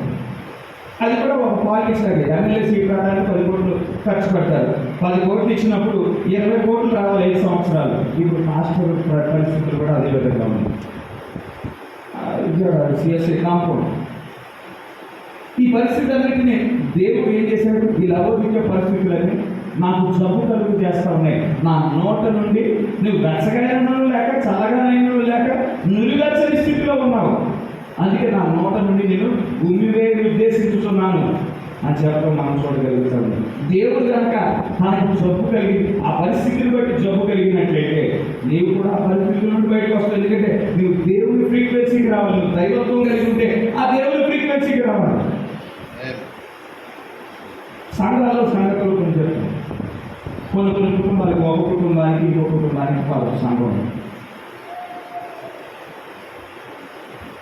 కానీ దైవికమైన వ్యక్తి అయితే నీవు ఏ రీతిగా దేవుని శరీరంలో భాగమై ఉన్నావు, ఆ వ్యక్తి కూడా దేవునికి సంబంధించి దేవుని శరీరంలో భాగమై ఉన్నాడు. అందుకనే ఇక్కడికి వచ్చాడు. అందుకే నీవు యేసుక్రీస్తు నామములో బాప్తిసం పొందినట్లు ఆ వ్యక్తి కూడా యేసుక్రీస్తు నామములో బాప్తిసం పొందాడు. నీవు పరిశుద్ధాత్మతో నింపబడినట్లు ఆ వ్యక్తి కూడా పరిశుద్ధాత్మతో నింపబడ్డాడు. నీవు ఏ వాక్యానికి పిలువబడుతున్నావు ఆ వ్యక్తి కూడా అదే వాక్యానికి పిలువబడుతున్నాడు. కానీ భౌతికమైన పరిస్థితులు బట్టి, కుటుంబాలకి కలహాలు రావటాలు బట్టి ఆ వ్యక్తిని నువ్వు ద్వేషిస్తావు. కానీ దైవికమైన వ్యక్తి, దైవికమైన స్వభావం కలిగి ఉంటే ఈ భౌతికమైన పరిస్థితులను దాటుకొని హల్లెలూయా అతను దేవుని శరీరంలో భాగమై ఉన్నాడు. నేను అదే శరీరంలో భాగమై ఉన్నాను. ఒక అవయవం ఇంకో అవయవంతో పోరాడలేదు. హల్లెలూయా ఆ భౌతికమైన ఆలోచనలను దాటుకొని వెళ్ళే పరిస్థితి ఉంటుంది. నేను సౌత్ ఆఫ్రికాలో ఉన్నప్పుడు నేను వెళ్ళిన చర్చ్కి వెళ్ళి అక్కడ ఆ చర్చ్లో నల్లవాళ్ళు ఉంటారు, తెల్లవాళ్ళు ఉంటారు. ఎందుకంటే మనకి మన భారతదేశం ఏ విధంగా బ్రిటిష్ వారి చేత పరిపాలన చేయబడినట్టు సౌత్ ఆఫ్రికా కూడా పరిపాలన చేయబడింది. 96లోనే వారికి స్వతంత్రం అనేది వచ్చింది. చాలా లేటుగా రావడాన్ని బట్టి చాలామంది బ్రిటిష్ ఆ జాతికి సంబంధించిన ఆ తరాలంతా సౌత్ ఆఫ్రికాలోనే ఉండిపోయారు. తెల్లవారంతా ఆ సౌత్ ఆఫ్రికా దేశంలోనే ఉండిపోయారు. మన దగ్గర నుంచి అయితే అంతా వెళ్ళిపోయారు. ఆ దేశంలో అయితే చాలామంది అక్కడే ఉండిపోయారు. కనుక నల్ల జాతీయులు ఉంటారు, తెల్ల జాతీయులు ఉంటారు. సంఘాల్లో కూడా నల్ల జాతీయులు ఉంటారు, తెల్ల జాతీయులు ఉంటారు. అక్కడ పరిస్థితి ఎలా ఉంటుందంటే నల్లోడు అంటే తెల్లవాళ్ళు పడదు, తెల్లవాడు అంటే నల్లవాళ్ళు పడదు. ఎందుకంటే కోపాలు అంటే మా దేశం వచ్చారు, మా భూభాగాలనే వాళ్ళు ఆక్యుపై చేసుకొని మమ్మల్ని బానిసలుగా చేసి మమ్మల్ని రాచి రంపాలు పెట్టారు ఆ తెల్లవాళ్ళంతా అని వాళ్ళు నాలుగు చెప్తారు. వీళ్ళు ఇంకేదో కాదు చెప్తూ ఉంటారు. కానీ ఒక దైవికమైన స్వభావం కలిగిన వ్యక్తి ఈ భౌతికమైన పరిస్థితులను దాటుకొని సహోదర ప్రేమ కలిగి ఉండేవారిగా ఉంటారు. ఎందుకంటే నీవు ఏ విధంగా క్రీస్తు యొక్క శరీరంలో భాగమై ఉంది, అదే విధంగా ఆ వ్యక్తి కూడా క్రీస్తు యొక్క శరీరంలో భాగమై ఉన్నాడు. ఈ విషయాన్ని నువ్వు గుర్తించేవాడుగా ఉంటాను. 2 పేతురుకు వెళ్దాం.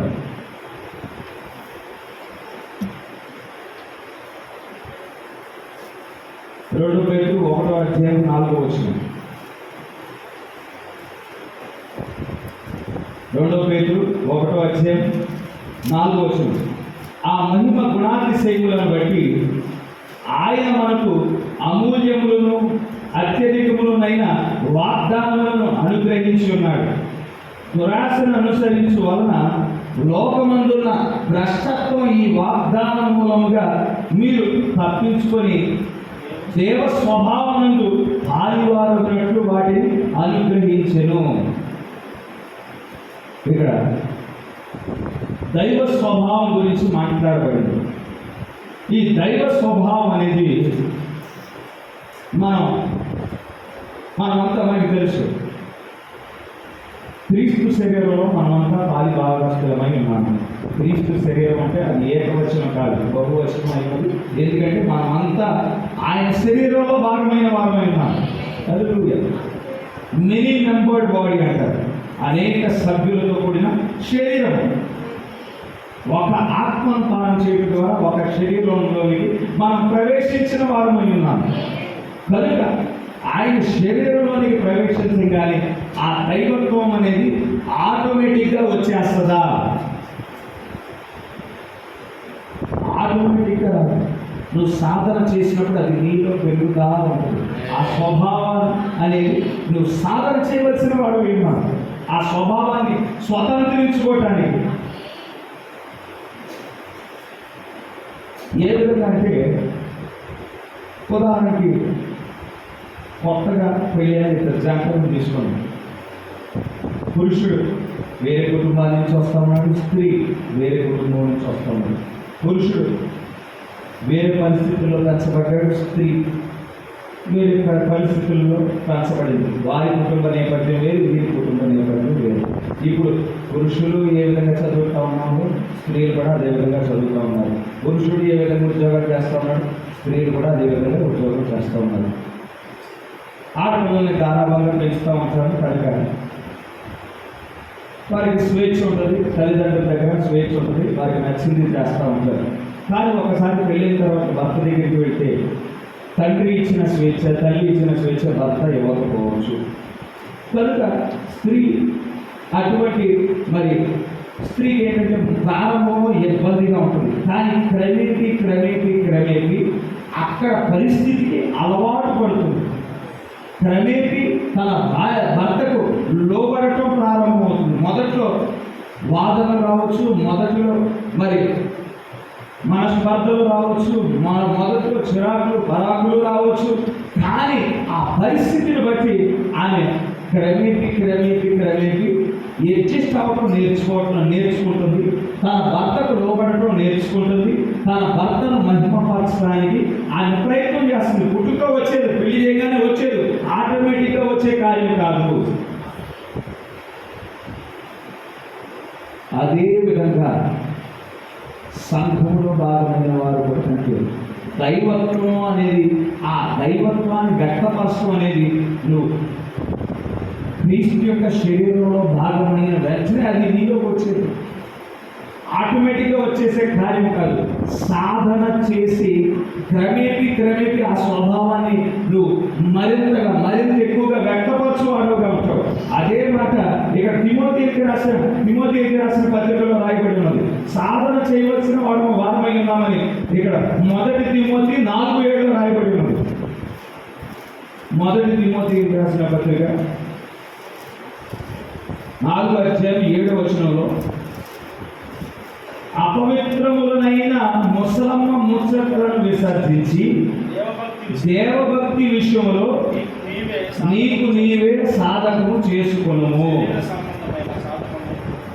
సరే, ఇక్కడ దైవభక్తి విషయంలో నీకు నీవే సాధకం చేయాలి. ఏ విధంగా ఒక క్రీడాకారుడు పోటీకి వెళ్ళడానికి మునుపు సంవత్సరాలుగా ట్రైనింగ్ పొందుకుంటాడో ఆ విధంగా నువ్వు ప్రాక్టీస్ చేయాలి. ప్రాక్టీస్ చేయకుండా వెళ్ళి పరుగు పందెంలో నిలబడతాను అంటే ఆఖరి వాడుగా వస్తావు. హుసేన్ బోల్ట్ బాగా ఫేమస్, పరుగు పందెాలు బాగా ఫేమస్ వ్యక్తి. తాను పరిగెత్తిన ఆ పరుగు పందాలన్నీ కలుపుకుంటే ఒక్కో పరుగు పందెం 100 మీటర్లు, 200 మీటర్లు, 500 మీటర్లు. ఆయన ఎన్ని సెకండ్లు పరిగెత్తేసేవాడు? 19 సెకండ్లు, 20 సెకండ్లు, 25 సెకండ్లు పరిగెత్తాడు. ఆయన పోటీ పడిన పోటీలన్నిటినీ మనం కలుపుకుంటే ఒక 10 నిమిషాలు పరిగెత్తాడు. మొత్తం ఆయన కెరియర్ మొత్తంలో ఒక 10 నిమిషాలు పరిగెత్తాడు. అన్ని పోటీల్లో సమయం చూసుకుంటే ఒక 10 నిమిషాలు పరిగెత్తాడు. ఆ 10 నిమిషాలు పరిగెత్తడానికి హుసేన్ బోల్ట్ ఎన్ని సంవత్సరాలు తర్ఫీదు పొందాడంటే 20 సంవత్సరాలకు పైగా తర్ఫీదు పొందుతున్నాడు. ప్రతిరోజు ఉదయాన్నే లేచేవాడు, సరైన ఆహారం తీసుకోవటం, సరైన వ్యాయామం తీసుకోవటం, ట్రైనర్ దగ్గర ట్రైనింగ్ తీసుకోవటం, ప్రాక్టీస్ చేయగా మొదట్లో 6 నిమిషం పట్టేది. తర్వాత 25 సెకండ్లకు వచ్చాడు. 25 సెకండ్ల నుండి 20 సెకండ్లు, 20 సెకండ్ల నుండి 19 సెకండ్లు రికార్డు 100 మీటర్లు ట్రైనింగ్ తీసుకున్నాడు. ఇక్కడ దైవభక్తి కూడా అదే విధంగా మనం ప్రతిరోజు ట్రైన్ అవ్వాల్సిన అవసరత. మనం యేసుక్రీస్తు నామములో బాప్తిస్మం పొందుకోగానే ఆ దైవికమైన స్వభావాన్ని వ్యక్తపరచడం ఆటోమేటిక్గా వచ్చేది. వాక్యం వింటాం, సరిచేయబడతాం, వాక్యం వింటాం, దాన్ని వ్యక్తపరచడానికి మన జీవితంలో అన్వయించుకోవడానికి ప్రయత్నం చేస్తాం. ఒకసారి విఫలమవుతాం, దేవుడు మళ్ళీ మనల్ని ఏమవుతాడు, మళ్ళీ ప్రయత్నం చేస్తాం, మళ్ళీ విఫలమైతే మళ్ళీ ఏమవుతాడు. అది ఒక సాధకమై ఉన్నది. హల్లెలూయా. ముసట్లు విడిచిపెట్టి ఈ దైవభక్తి విషయమే మనం సాధకము చేయవలసిన వారమై ఉన్నాము.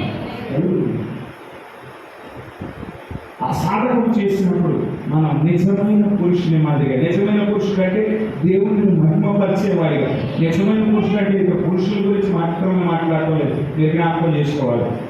అది స్త్రీ అయినా కానీ పురుషుడైనా కానీ దేవుడిని మహిమపరిచేవాడిగా, ఉండటానికి సాధకం చేయవలసిన వారిని ఆ దైవికమైన స్వభావము వ్యక్తపరచుకోండి. అది ఒక సాధకము. మిమ్మల్ని శరీర సంబంధమైన సాధకము కొంచెం మట్టికే ప్రయోజనకరము, కానీ దైవభక్తి ఎప్పటి జీవ విషయంలోనూ రాబో జీవ విషయంలోనూ వాగ్దానంతో కూడినదైనందున అది అన్ని విషయంలోనూ ప్రయోజనకరమే. ఈ దైవభక్తి సంబంధించిన ఈ సాధకం అది ఇప్పుడు ఈ కాలానికి మాత్రమే ఉపయోగం కాదు. ఇక్కడ మనం ఏ గుణలక్షణం అయితే, ఏ స్వభావాన్ని అయితే వ్యక్తపరిచే వారముగా ఉన్నామో అవతలి గట్టుకు వెళ్ళినా కానీ అదే స్వభావం. ధనికుడిని గమనించండి, ఇక్కడ పనులు పెట్టుకొని పని చేయించుకున్నాడు. పాతాళానికి వెళ్ళినా కానీ అబ్రహామా నీ పక్కన ఉన్న రాజును ఒకసారి పంపించదండి, నాకు కొంచెం తన చిటికిన వేలుతో నేలలో నుంచి నా నాలుగు మీద చిలకరిస్తాడని అక్కడ కూడా పని చెప్తూ ఉన్నాడు. ఇక్కడ పని చెప్తే కూడా అక్కడ కూడా పని చెప్తూ ఉన్నాడు. ఇక్కడ మందు తాగేవాడు పాతాళంలోనూ మందు కోసం ఎత్తుతాడు. ఇక్కడ సిగరెట్ తాగేవాడు పాతాళానికి పంపించినా కానీ అక్కడ సిగరెట్ కోసం ఎతికేవాడిగా ఉంటాడు. ఇక్కడ నోవహు కాలంలో నోవహు వర్తమానం బోధించబడినప్పుడు ఎక్కడ లేదు, యేసుక్రీస్తు వారే స్వయంగా పాతాళానికి వెళ్ళి నశించిన ఆత్మలు బోధించాడు. అక్కడ కూడా అదే స్వభావం. ఎవరు వెళ్ళారండి? సృష్టికర్తే వెళ్ళాడు, ప్రపంచాలను నిర్మించిన వ్యక్తే వెళ్ళాడు. వెళ్ళి వాక్యాన్ని బోధించినప్పుడు ఇక్కడ నోవహు వర్తమానాన్ని నోవహుని ఏ విధంగా తిరస్కరించారు, పాతాళంలో యేసుక్రీస్తు వారిని కూడా అదే విధంగా తిరస్కరించారు. కనుక ఇక్కడ నువ్వు దైవభక్తి విషయమైన సాధకము ఎప్పటి జీవ విషయంలోనూ రాబో జీవ విషయంలోనూ వాగ్దానంతో కూడినదైనందున అది అన్ని విషయంలో ప్రయోజనకరము. ఒకసారి ఆ సాధకం చేసినప్పుడు, సాధకము ప్రారంభించినప్పుడు అది మా అన్ని పనుల మీద ప్రభావం చూపించడం ప్రారంభమవుతుంది. మనం ఇంతకు ముందు వినే పాటలు మనమేమో ఇప్పుడు వాక్యానుసారమైన పాటలు వినడానికి మన టేస్ట్ మారిపోతుంది. ఎంతకుముందు లోక సహవాసాలు కలిగినాం, ఇప్పుడు వారితో సమయం గడపడానికి మనం ఇష్టపడం, విశ్వాసులతో సహవాసం చేయడానికి ఇష్టపడే వారంగా ఉంటాం. ఎంతకుముందైతే లోకంతో సమయం గడపడానికి ఇష్టపడే వారంగా ఉన్నాం. కానీ ఎప్పుడైతే సాధకం చేసినప్పుడు, అంటే వాక్యాన్ని ధ్యానించుకున్నప్పుడు నీ ఆలోచన మారిపోతుంది, నీ టేస్ట్ మారిపోతుంది, నీ ఉద్దేశాలు మారిపోతా ఉన్నాయి. ఇక ఆరాధనలో పాల్పంపులు పొందుకోవడానికి ఇష్టపడతావు, ప్రార్థనలో పాల్పంపులు పొందుకోవడానికి ఇష్టపడతావు, దేవుడి సన్నిధిలో సమయం గడపడానికి నువ్వు ఇష్టపడతావు. హల్లెలూయా. నీ మాట మృదువుగా మారిపోతుంది, నీ ప్రవర్తన వాక్యానుసారంగా మారిపోతుంది. హల్లెలూయా. నువ్వు లోకం వైపు చూసేవాడవుగా ఉండవు, ఆ లోక కార్యాలను బట్టి నువ్వు వాటి వైపు ఆకర్షించబడేవాడవుగా ఉండవు. యేసుక్రీస్తు వారు వాటిని ఏ విధంగా వెరితనంగా చూశాడు, నీవు కూడా అదే విధంగా వెరితనంగా చూసేవాడవుగా ఉంటావు.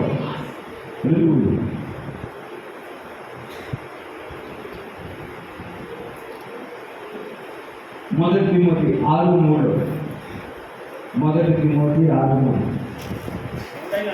ఎవడైనా మన ప్రభు అయిన యేసు క్రీస్తు యొక్క హితవాక్యములను దైవభక్తికి అనుగుణమైన బోధన అంగీకరింపక భిన్నమైన బోధ ఉపదేశించిన ఎడల వాడేమీ ఎరుగక తర్కములను గూర్చి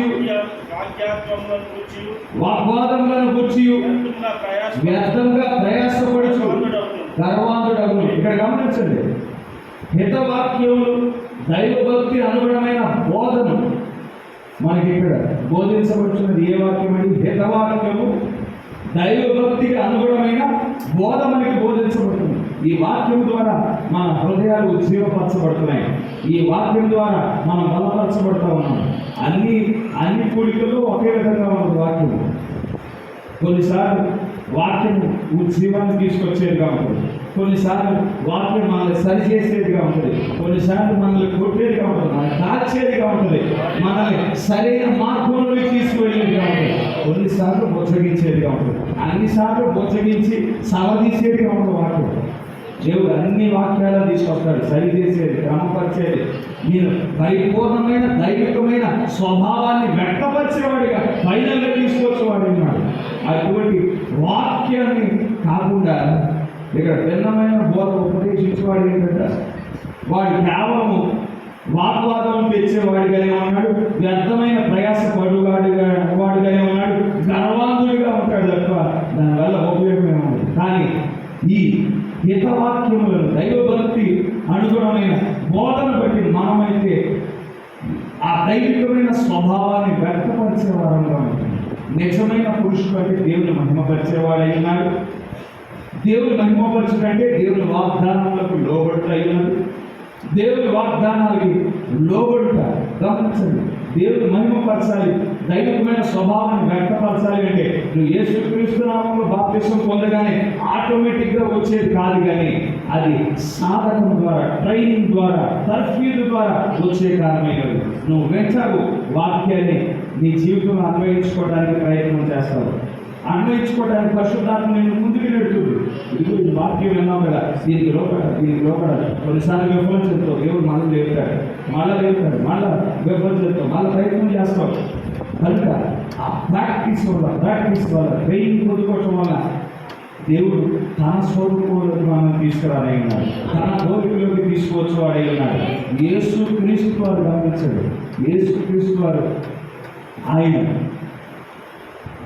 ఏ విధంగా మహిమ పొందాడు. ఆయన శరీరానికి వచ్చి మన కోసం రక్తానికి కాచి మన కోసం ప్రాణాన్ని పెట్టి ఆయన మనం ఏ పరీక్షలు అనేది ఎదుర్కొంటున్నామో భౌతికంగా ఆ పరీక్షలన్నిటి విషయమై ఆయన సహానుభవం కలిగిన వాడే, ఏ పాపము లేనివాడిగా జీవించాడు. ఆయన మరణించే సమయానికి పాపాన్ని జయించాడు, మరణాన్ని జయించాడు, సమాధిని జయించాడు. పునరుద్ధాన చెందుడు ద్వారా సమాధిని జయించాడు. సమాధిని జయించడం ద్వారా ఆయన పరలోకంలో సమస్త అధికారాన్ని పొందుకున్నాడు, భూమి మీద సమస్త అధికారాన్ని పొందుకున్నట్టు ద్వారా మహిమ పొందాడు. ఇప్పుడు మనము మన జీవితాల ద్వారా ఆయనను మరొకసారి మహిమపరచుకున్న వారంగా ఉన్నాము. ఇదిగో నా దేవుడు ఏ విధంగా మరణం నుండి తిరిగి లేచాడో నేను ఈ వాక్యములో పరిపూర్ణత పొందడం ద్వారా, దైవికమైన స్వభావాన్ని నేను పొందుకోవడం ద్వారా, ఇది ఆ యొక్క ట్రైనింగ్ ద్వారా, ఆ తర్ఫీదు ద్వారా, ఆ స్వభావాన్ని నేను కనుపరచడం ద్వారా పరిపూర్ణమైన విశ్వాసంలోనికి ప్రవేశించున్నాను. పరిపూర్ణమైన ఆ యొక్క రూపాంతరపు శక్తిని వాక్యం ద్వారా నేను పొందుకుని ఉన్నాను. నేను మరణం నుండి జీవంలోనికి దాటడం ద్వారా, చీకటిలో నుండి వెలుగులోనికి దాటడం ద్వారా నా జీవితం ద్వారా దేవుని మరొకసారి నేను మహిమపరిచాను అని మహిమపరచబడటానికి మనం నిర్ణయించబడిన ప్రజలమై ఉన్నాము. దైవికమైన స్వభావాన్ని మనం వ్యక్తపరచడానికి గాను మనం నిర్ణయించబడిన ప్రజలమై ఉన్నాము. హల్లెలూయా. నువ్వు యేసుక్రీస్తు నామములో బాప్తిసం పొందొచ్చు, అయితే బై డిఫాల్ట్ నీకు ఆ దైవికమైన స్వభావం నీలో ఉండదు. దాన్ని సాధకము చేయవలసిన వాడవై ఉన్నారు, దాన్ని నెరవేర్చడానికి సాధకం చేయవలసిన వాడవై ఉన్నారు. ఆ విధంగా సాధకం చేసి పరిపూర్ణంగా ఏ విధంగా అయితే స్టెఫెను ఆ పరిపూర్ణమైన ప్రేమను, కలువరి ప్రేమను వ్యక్తపరచగలిగాడు, అటువంటి ప్రేమను, అటువంటి దైవికమైన గుణలక్షణాలను వ్యక్తపరచడానికి దేవుడు కృప చూపించుగాక. దేవుడు ఇచ్చిన మాటలు దీవించుగాక. మరొకసారి మనం తెలిసి నిలబడతాం. మన మధ్యలో మన దేవుని మన స్థుతులతో, మన స్తోత్రాలతో కొనియాడాలి. హల్లెలూయా, హల్లెలూయా, హల్లెలూయా, హల్లెలూయా, హల్లెలూయా, హల్లెలూయా. స్తోత్రములు, స్తోత్రములు, స్తోత్రములు, స్తోత్రములు, స్తోత్రములు. హల్లెలూయా. వందనములు, వందనములు, వందనములు, వందనములు తండ్రి, వందనములు యేసు, వందనములు ప్రభువా. హల్లెలూయా, హల్లెలూయా, హల్లెలూయా, హల్లెలూయా. స్తోత్రములు, స్తోత్రములు, స్తోత్రములు, స్తోత్రములు, స్తోత్రములు, స్తోత్రములు దేవా, స్తోత్రములు తండ్రి. హల్లెలూయా, హల్లెలూయా, హల్లెలూయా, హల్లెలూయా, హల్లెలూయా. స్తోత్రములు, స్తోత్రములు, స్తోత్రములు, స్తోత్రములు. జీవం కలిగిన దేవా, జీవాధిపతి, స్తోత్రములు తండ్రి, వందనములు యేసయ్య. ఈ రీతిగా ప్రభా మరొక్కసారి ప్రభా మీ సన్నిధానంలో మమ్మల్ని సమావేశపరిచారు తండ్రి. మమ్మల్ని సమావేశపరచడమే కాకుండా ప్రభా నీవే మా మధ్యకు దిగి వచ్చావు తండ్రి. ఎప్పటి వరకు మాతో మాట్లాడినందుకు వందనములు తండ్రి. అవును ప్రభువా, యేసయ్య మా గొప్ప దేవుడా, ఈనాడు ప్రభా యేసయ్య భూమి మీద చూసుకుంటే ప్రభా దైవికమైన స్వభావం వ్యక్తపరచువారు తండ్రి అతి అల్పమైన వారిగా ఉన్నారు ప్రభా. అనేక మంది ప్రభా స్వార్థపరులుగా ఉన్నారు ప్రభా, ధనాపేక్ష కలిగిన వారుగా ఉన్నారు, బెంకములాడు వారిగా ఉన్నారు ప్రభా, తల్లిదండ్రులకు అవిధేయులుగా ఉన్నారు ప్రభా, కృతజ్ఞత లేని వారిగా ఉన్నారు ప్రభా, సజ్జన ద్వేషులుగా ఉన్నారు ప్రభా, ద్రోహులుగా ఉన్నారు, మూర్ఖులుగా ఉన్నారు ప్రభా. ప్రభా యేసయ్య మా గొప్ప దేవుడా, ప్రభా దేవుని కంటే సుఖానుభవాన్ని ఎక్కువగా ప్రేమించే వారిగా ఉన్నారు తండ్రి. ప్రభా పైకి భక్తి గల వారి వలె ప్రవర్తిస్తున్నారు కానీ ప్రభా దేవుని యొక్క శక్తిని ఆశ్రయించని వారిగానే ఉన్నారు తండ్రి. అటువంటి కేటగిరీల్లో ప్రభా మేము ఉండాలని కోరుకోవటం లేదు కానీ ప్రభా దాని కొరకు ప్రభా మమ్మల్ని నిర్ణయించలేదు కానీ మా గొప్ప దేవుడా. ప్రభువా యేసయ్య మా గొప్ప దేవుడా, ప్రభువా మా గొప్ప దేవుడా, నిజమైన రక్షణ ఏమై ఉన్నదో గుర్తించడానికి ప్రభా మా కన్నులు తెరిచావు మా గొప్ప దేవుడా. ప్రభువా యేసయ్య మా గొప్ప దేవుడా, ప్రభా ఆ రక్షణ ప్రభా కార్యము జరగటం మాత్రమే కాకుండా మాలో దైవికమైన స్వభావం ప్రభా వ్యక్తపరచడానికి గాను ప్రభా యేసే మేము సాధకం చేయటానికి ప్రభా ఈనాడు మాతో మాట్లాడుచున్న దేవుడవై ఉన్నావు తండ్రి. ప్రభువా యేసే నీటి బాప్తిసం పొందుకోవటం వలన ప్రభువా యేసయ్య, ప్రభువా మా గొప్ప దేవుడా మీ విమోచన ప్రణాళిక సంపూర్ణం అవలేదు కానీ మా గొప్ప దేవుడా. ప్రభువా యేసే మేము దైవికమైన స్వభావాన్ని ప్రభా దైవికమైన గుణలక్షణాలను ప్రభా వ్యక్తపరచడానికి ప్రభా సాధకము చేయవలసిన వారమై ఉన్నాము తండ్రి. ప్రభువా యేసే పరిపూర్ణమైన మీ గుణలక్షణాలను ప్రభా వ్యక్తపరచడానికి ప్రభా యేసే నువ్వు నిర్ణయించావు తండ్రి. పరిపూర్ణమైన స్వభావాన్ని ప్రభా యేసే ప్రభా పరిపూర్ణమైన స్వభావాన్ని చూపించడానికి మమ్మల్ని నిర్ణయించావు మా గొప్ప దేవుడా. నీవు ఎటువంటి ప్రభా దృష్టినైతే కలిగి ఉన్నావు అదే దృష్టిని మేము కలిగి ఉండటానికి ప్రభా నీవు దేన్ని ప్రేమించావు మేము అదే ప్రేమించేవారిగా, నీవు దేన్ని వెరితనముగా చూసావో మేము కూడా వాటినే వెరితనముగా ప్రభా యేసే పరిగణంలోకి తీసుకొని వారిగా మా గొప్ప దేవుడా మేము ఉండగలుగుటకు తండ్రి కృప చూపించండి ప్రభా. ప్రభువా యేసయ్య, ప్రభువా మా గొప్ప దేవుడా మాకు అనుగ్రహించిన ప్రత్యక్షతను బట్టి మా జీవితాలు మార్చబడటానికి ప్రభా యేసయ్య స్తోత్రం, మరింత మీకు దగ్గరగా జీవించగలుగుటకు మరింత మీ రూపాన్ని మేము సంతరించుకొనగలుగుటకు తండ్రి కృప చూపించండి మా గొప్ప దేవుడా. ప్రభువా యేసయ్య నిజమైన ప్రభా దైవికమైన ప్రజలుగా ప్రభా యేసయ్య మేము ఉండగలుగుటకు తండ్రి కృప చూపించండి ప్రభా. ఈ మాటలు ప్రభా మా జీవితాలలో నూరంతలుగా ఫలించగలుగుటకు తండ్రి సహాయం దయచేయండి ప్రభా. నీవే ప్రభా యేసయ్య వాక్యం పట్ల ప్రభా మా జీవితాల్లో ప్రభా యేసయ్య మరింత ప్రభా మా గొప్ప దేవుడా మార్పులకు లోనవగలుగుటకు తండ్రి కృప చూపించండి ప్రభా యేసయ్య. సాయంకాలం జరగబోయే కమ్యూనియన్ కార్యక్రమంలో కూడా ప్రభా నీవే దిగ్గరమ్మని కోరుచున్నాం, మాతో మాట్లాడమని కోరుచున్నాం తండ్రి. ప్రభా యేసయ్య మరొక్కసారి ప్రభా మీ వాక్యము ద్వారా నీవే మహిమ పొందుకోమని కోరుచున్నాం మా గొప్ప దేవుడా. కూడి వచ్చిన ప్రతి బిడ్డను దీవించండి ప్రభా, ప్రతి బిడ్డను ఆశీర్వదించండి ప్రభా. ఇప్పుడు మా గుర్రాలకు మేము వెళుచుంటుండగా మరొక్కసారి మీ సన్నిధి, మీ ప్రసన్నత, మీ దీవెనలు, మీ ఆశీర్వాదాలు ఇప్పుడు ఎల్లప్పుడూ మా మీదను మా కుటుంబాల మీదను మెండుగా క్రొమ్మరించమని కోరుకుంటూ ఈ చిన్న ప్రార్థన ప్రభు అయిన యేసుక్రీస్తు నామములో అడిగి వేడుకొంచున్నాము. ఆమేన్. God bless you. దేవుడు దీవించును.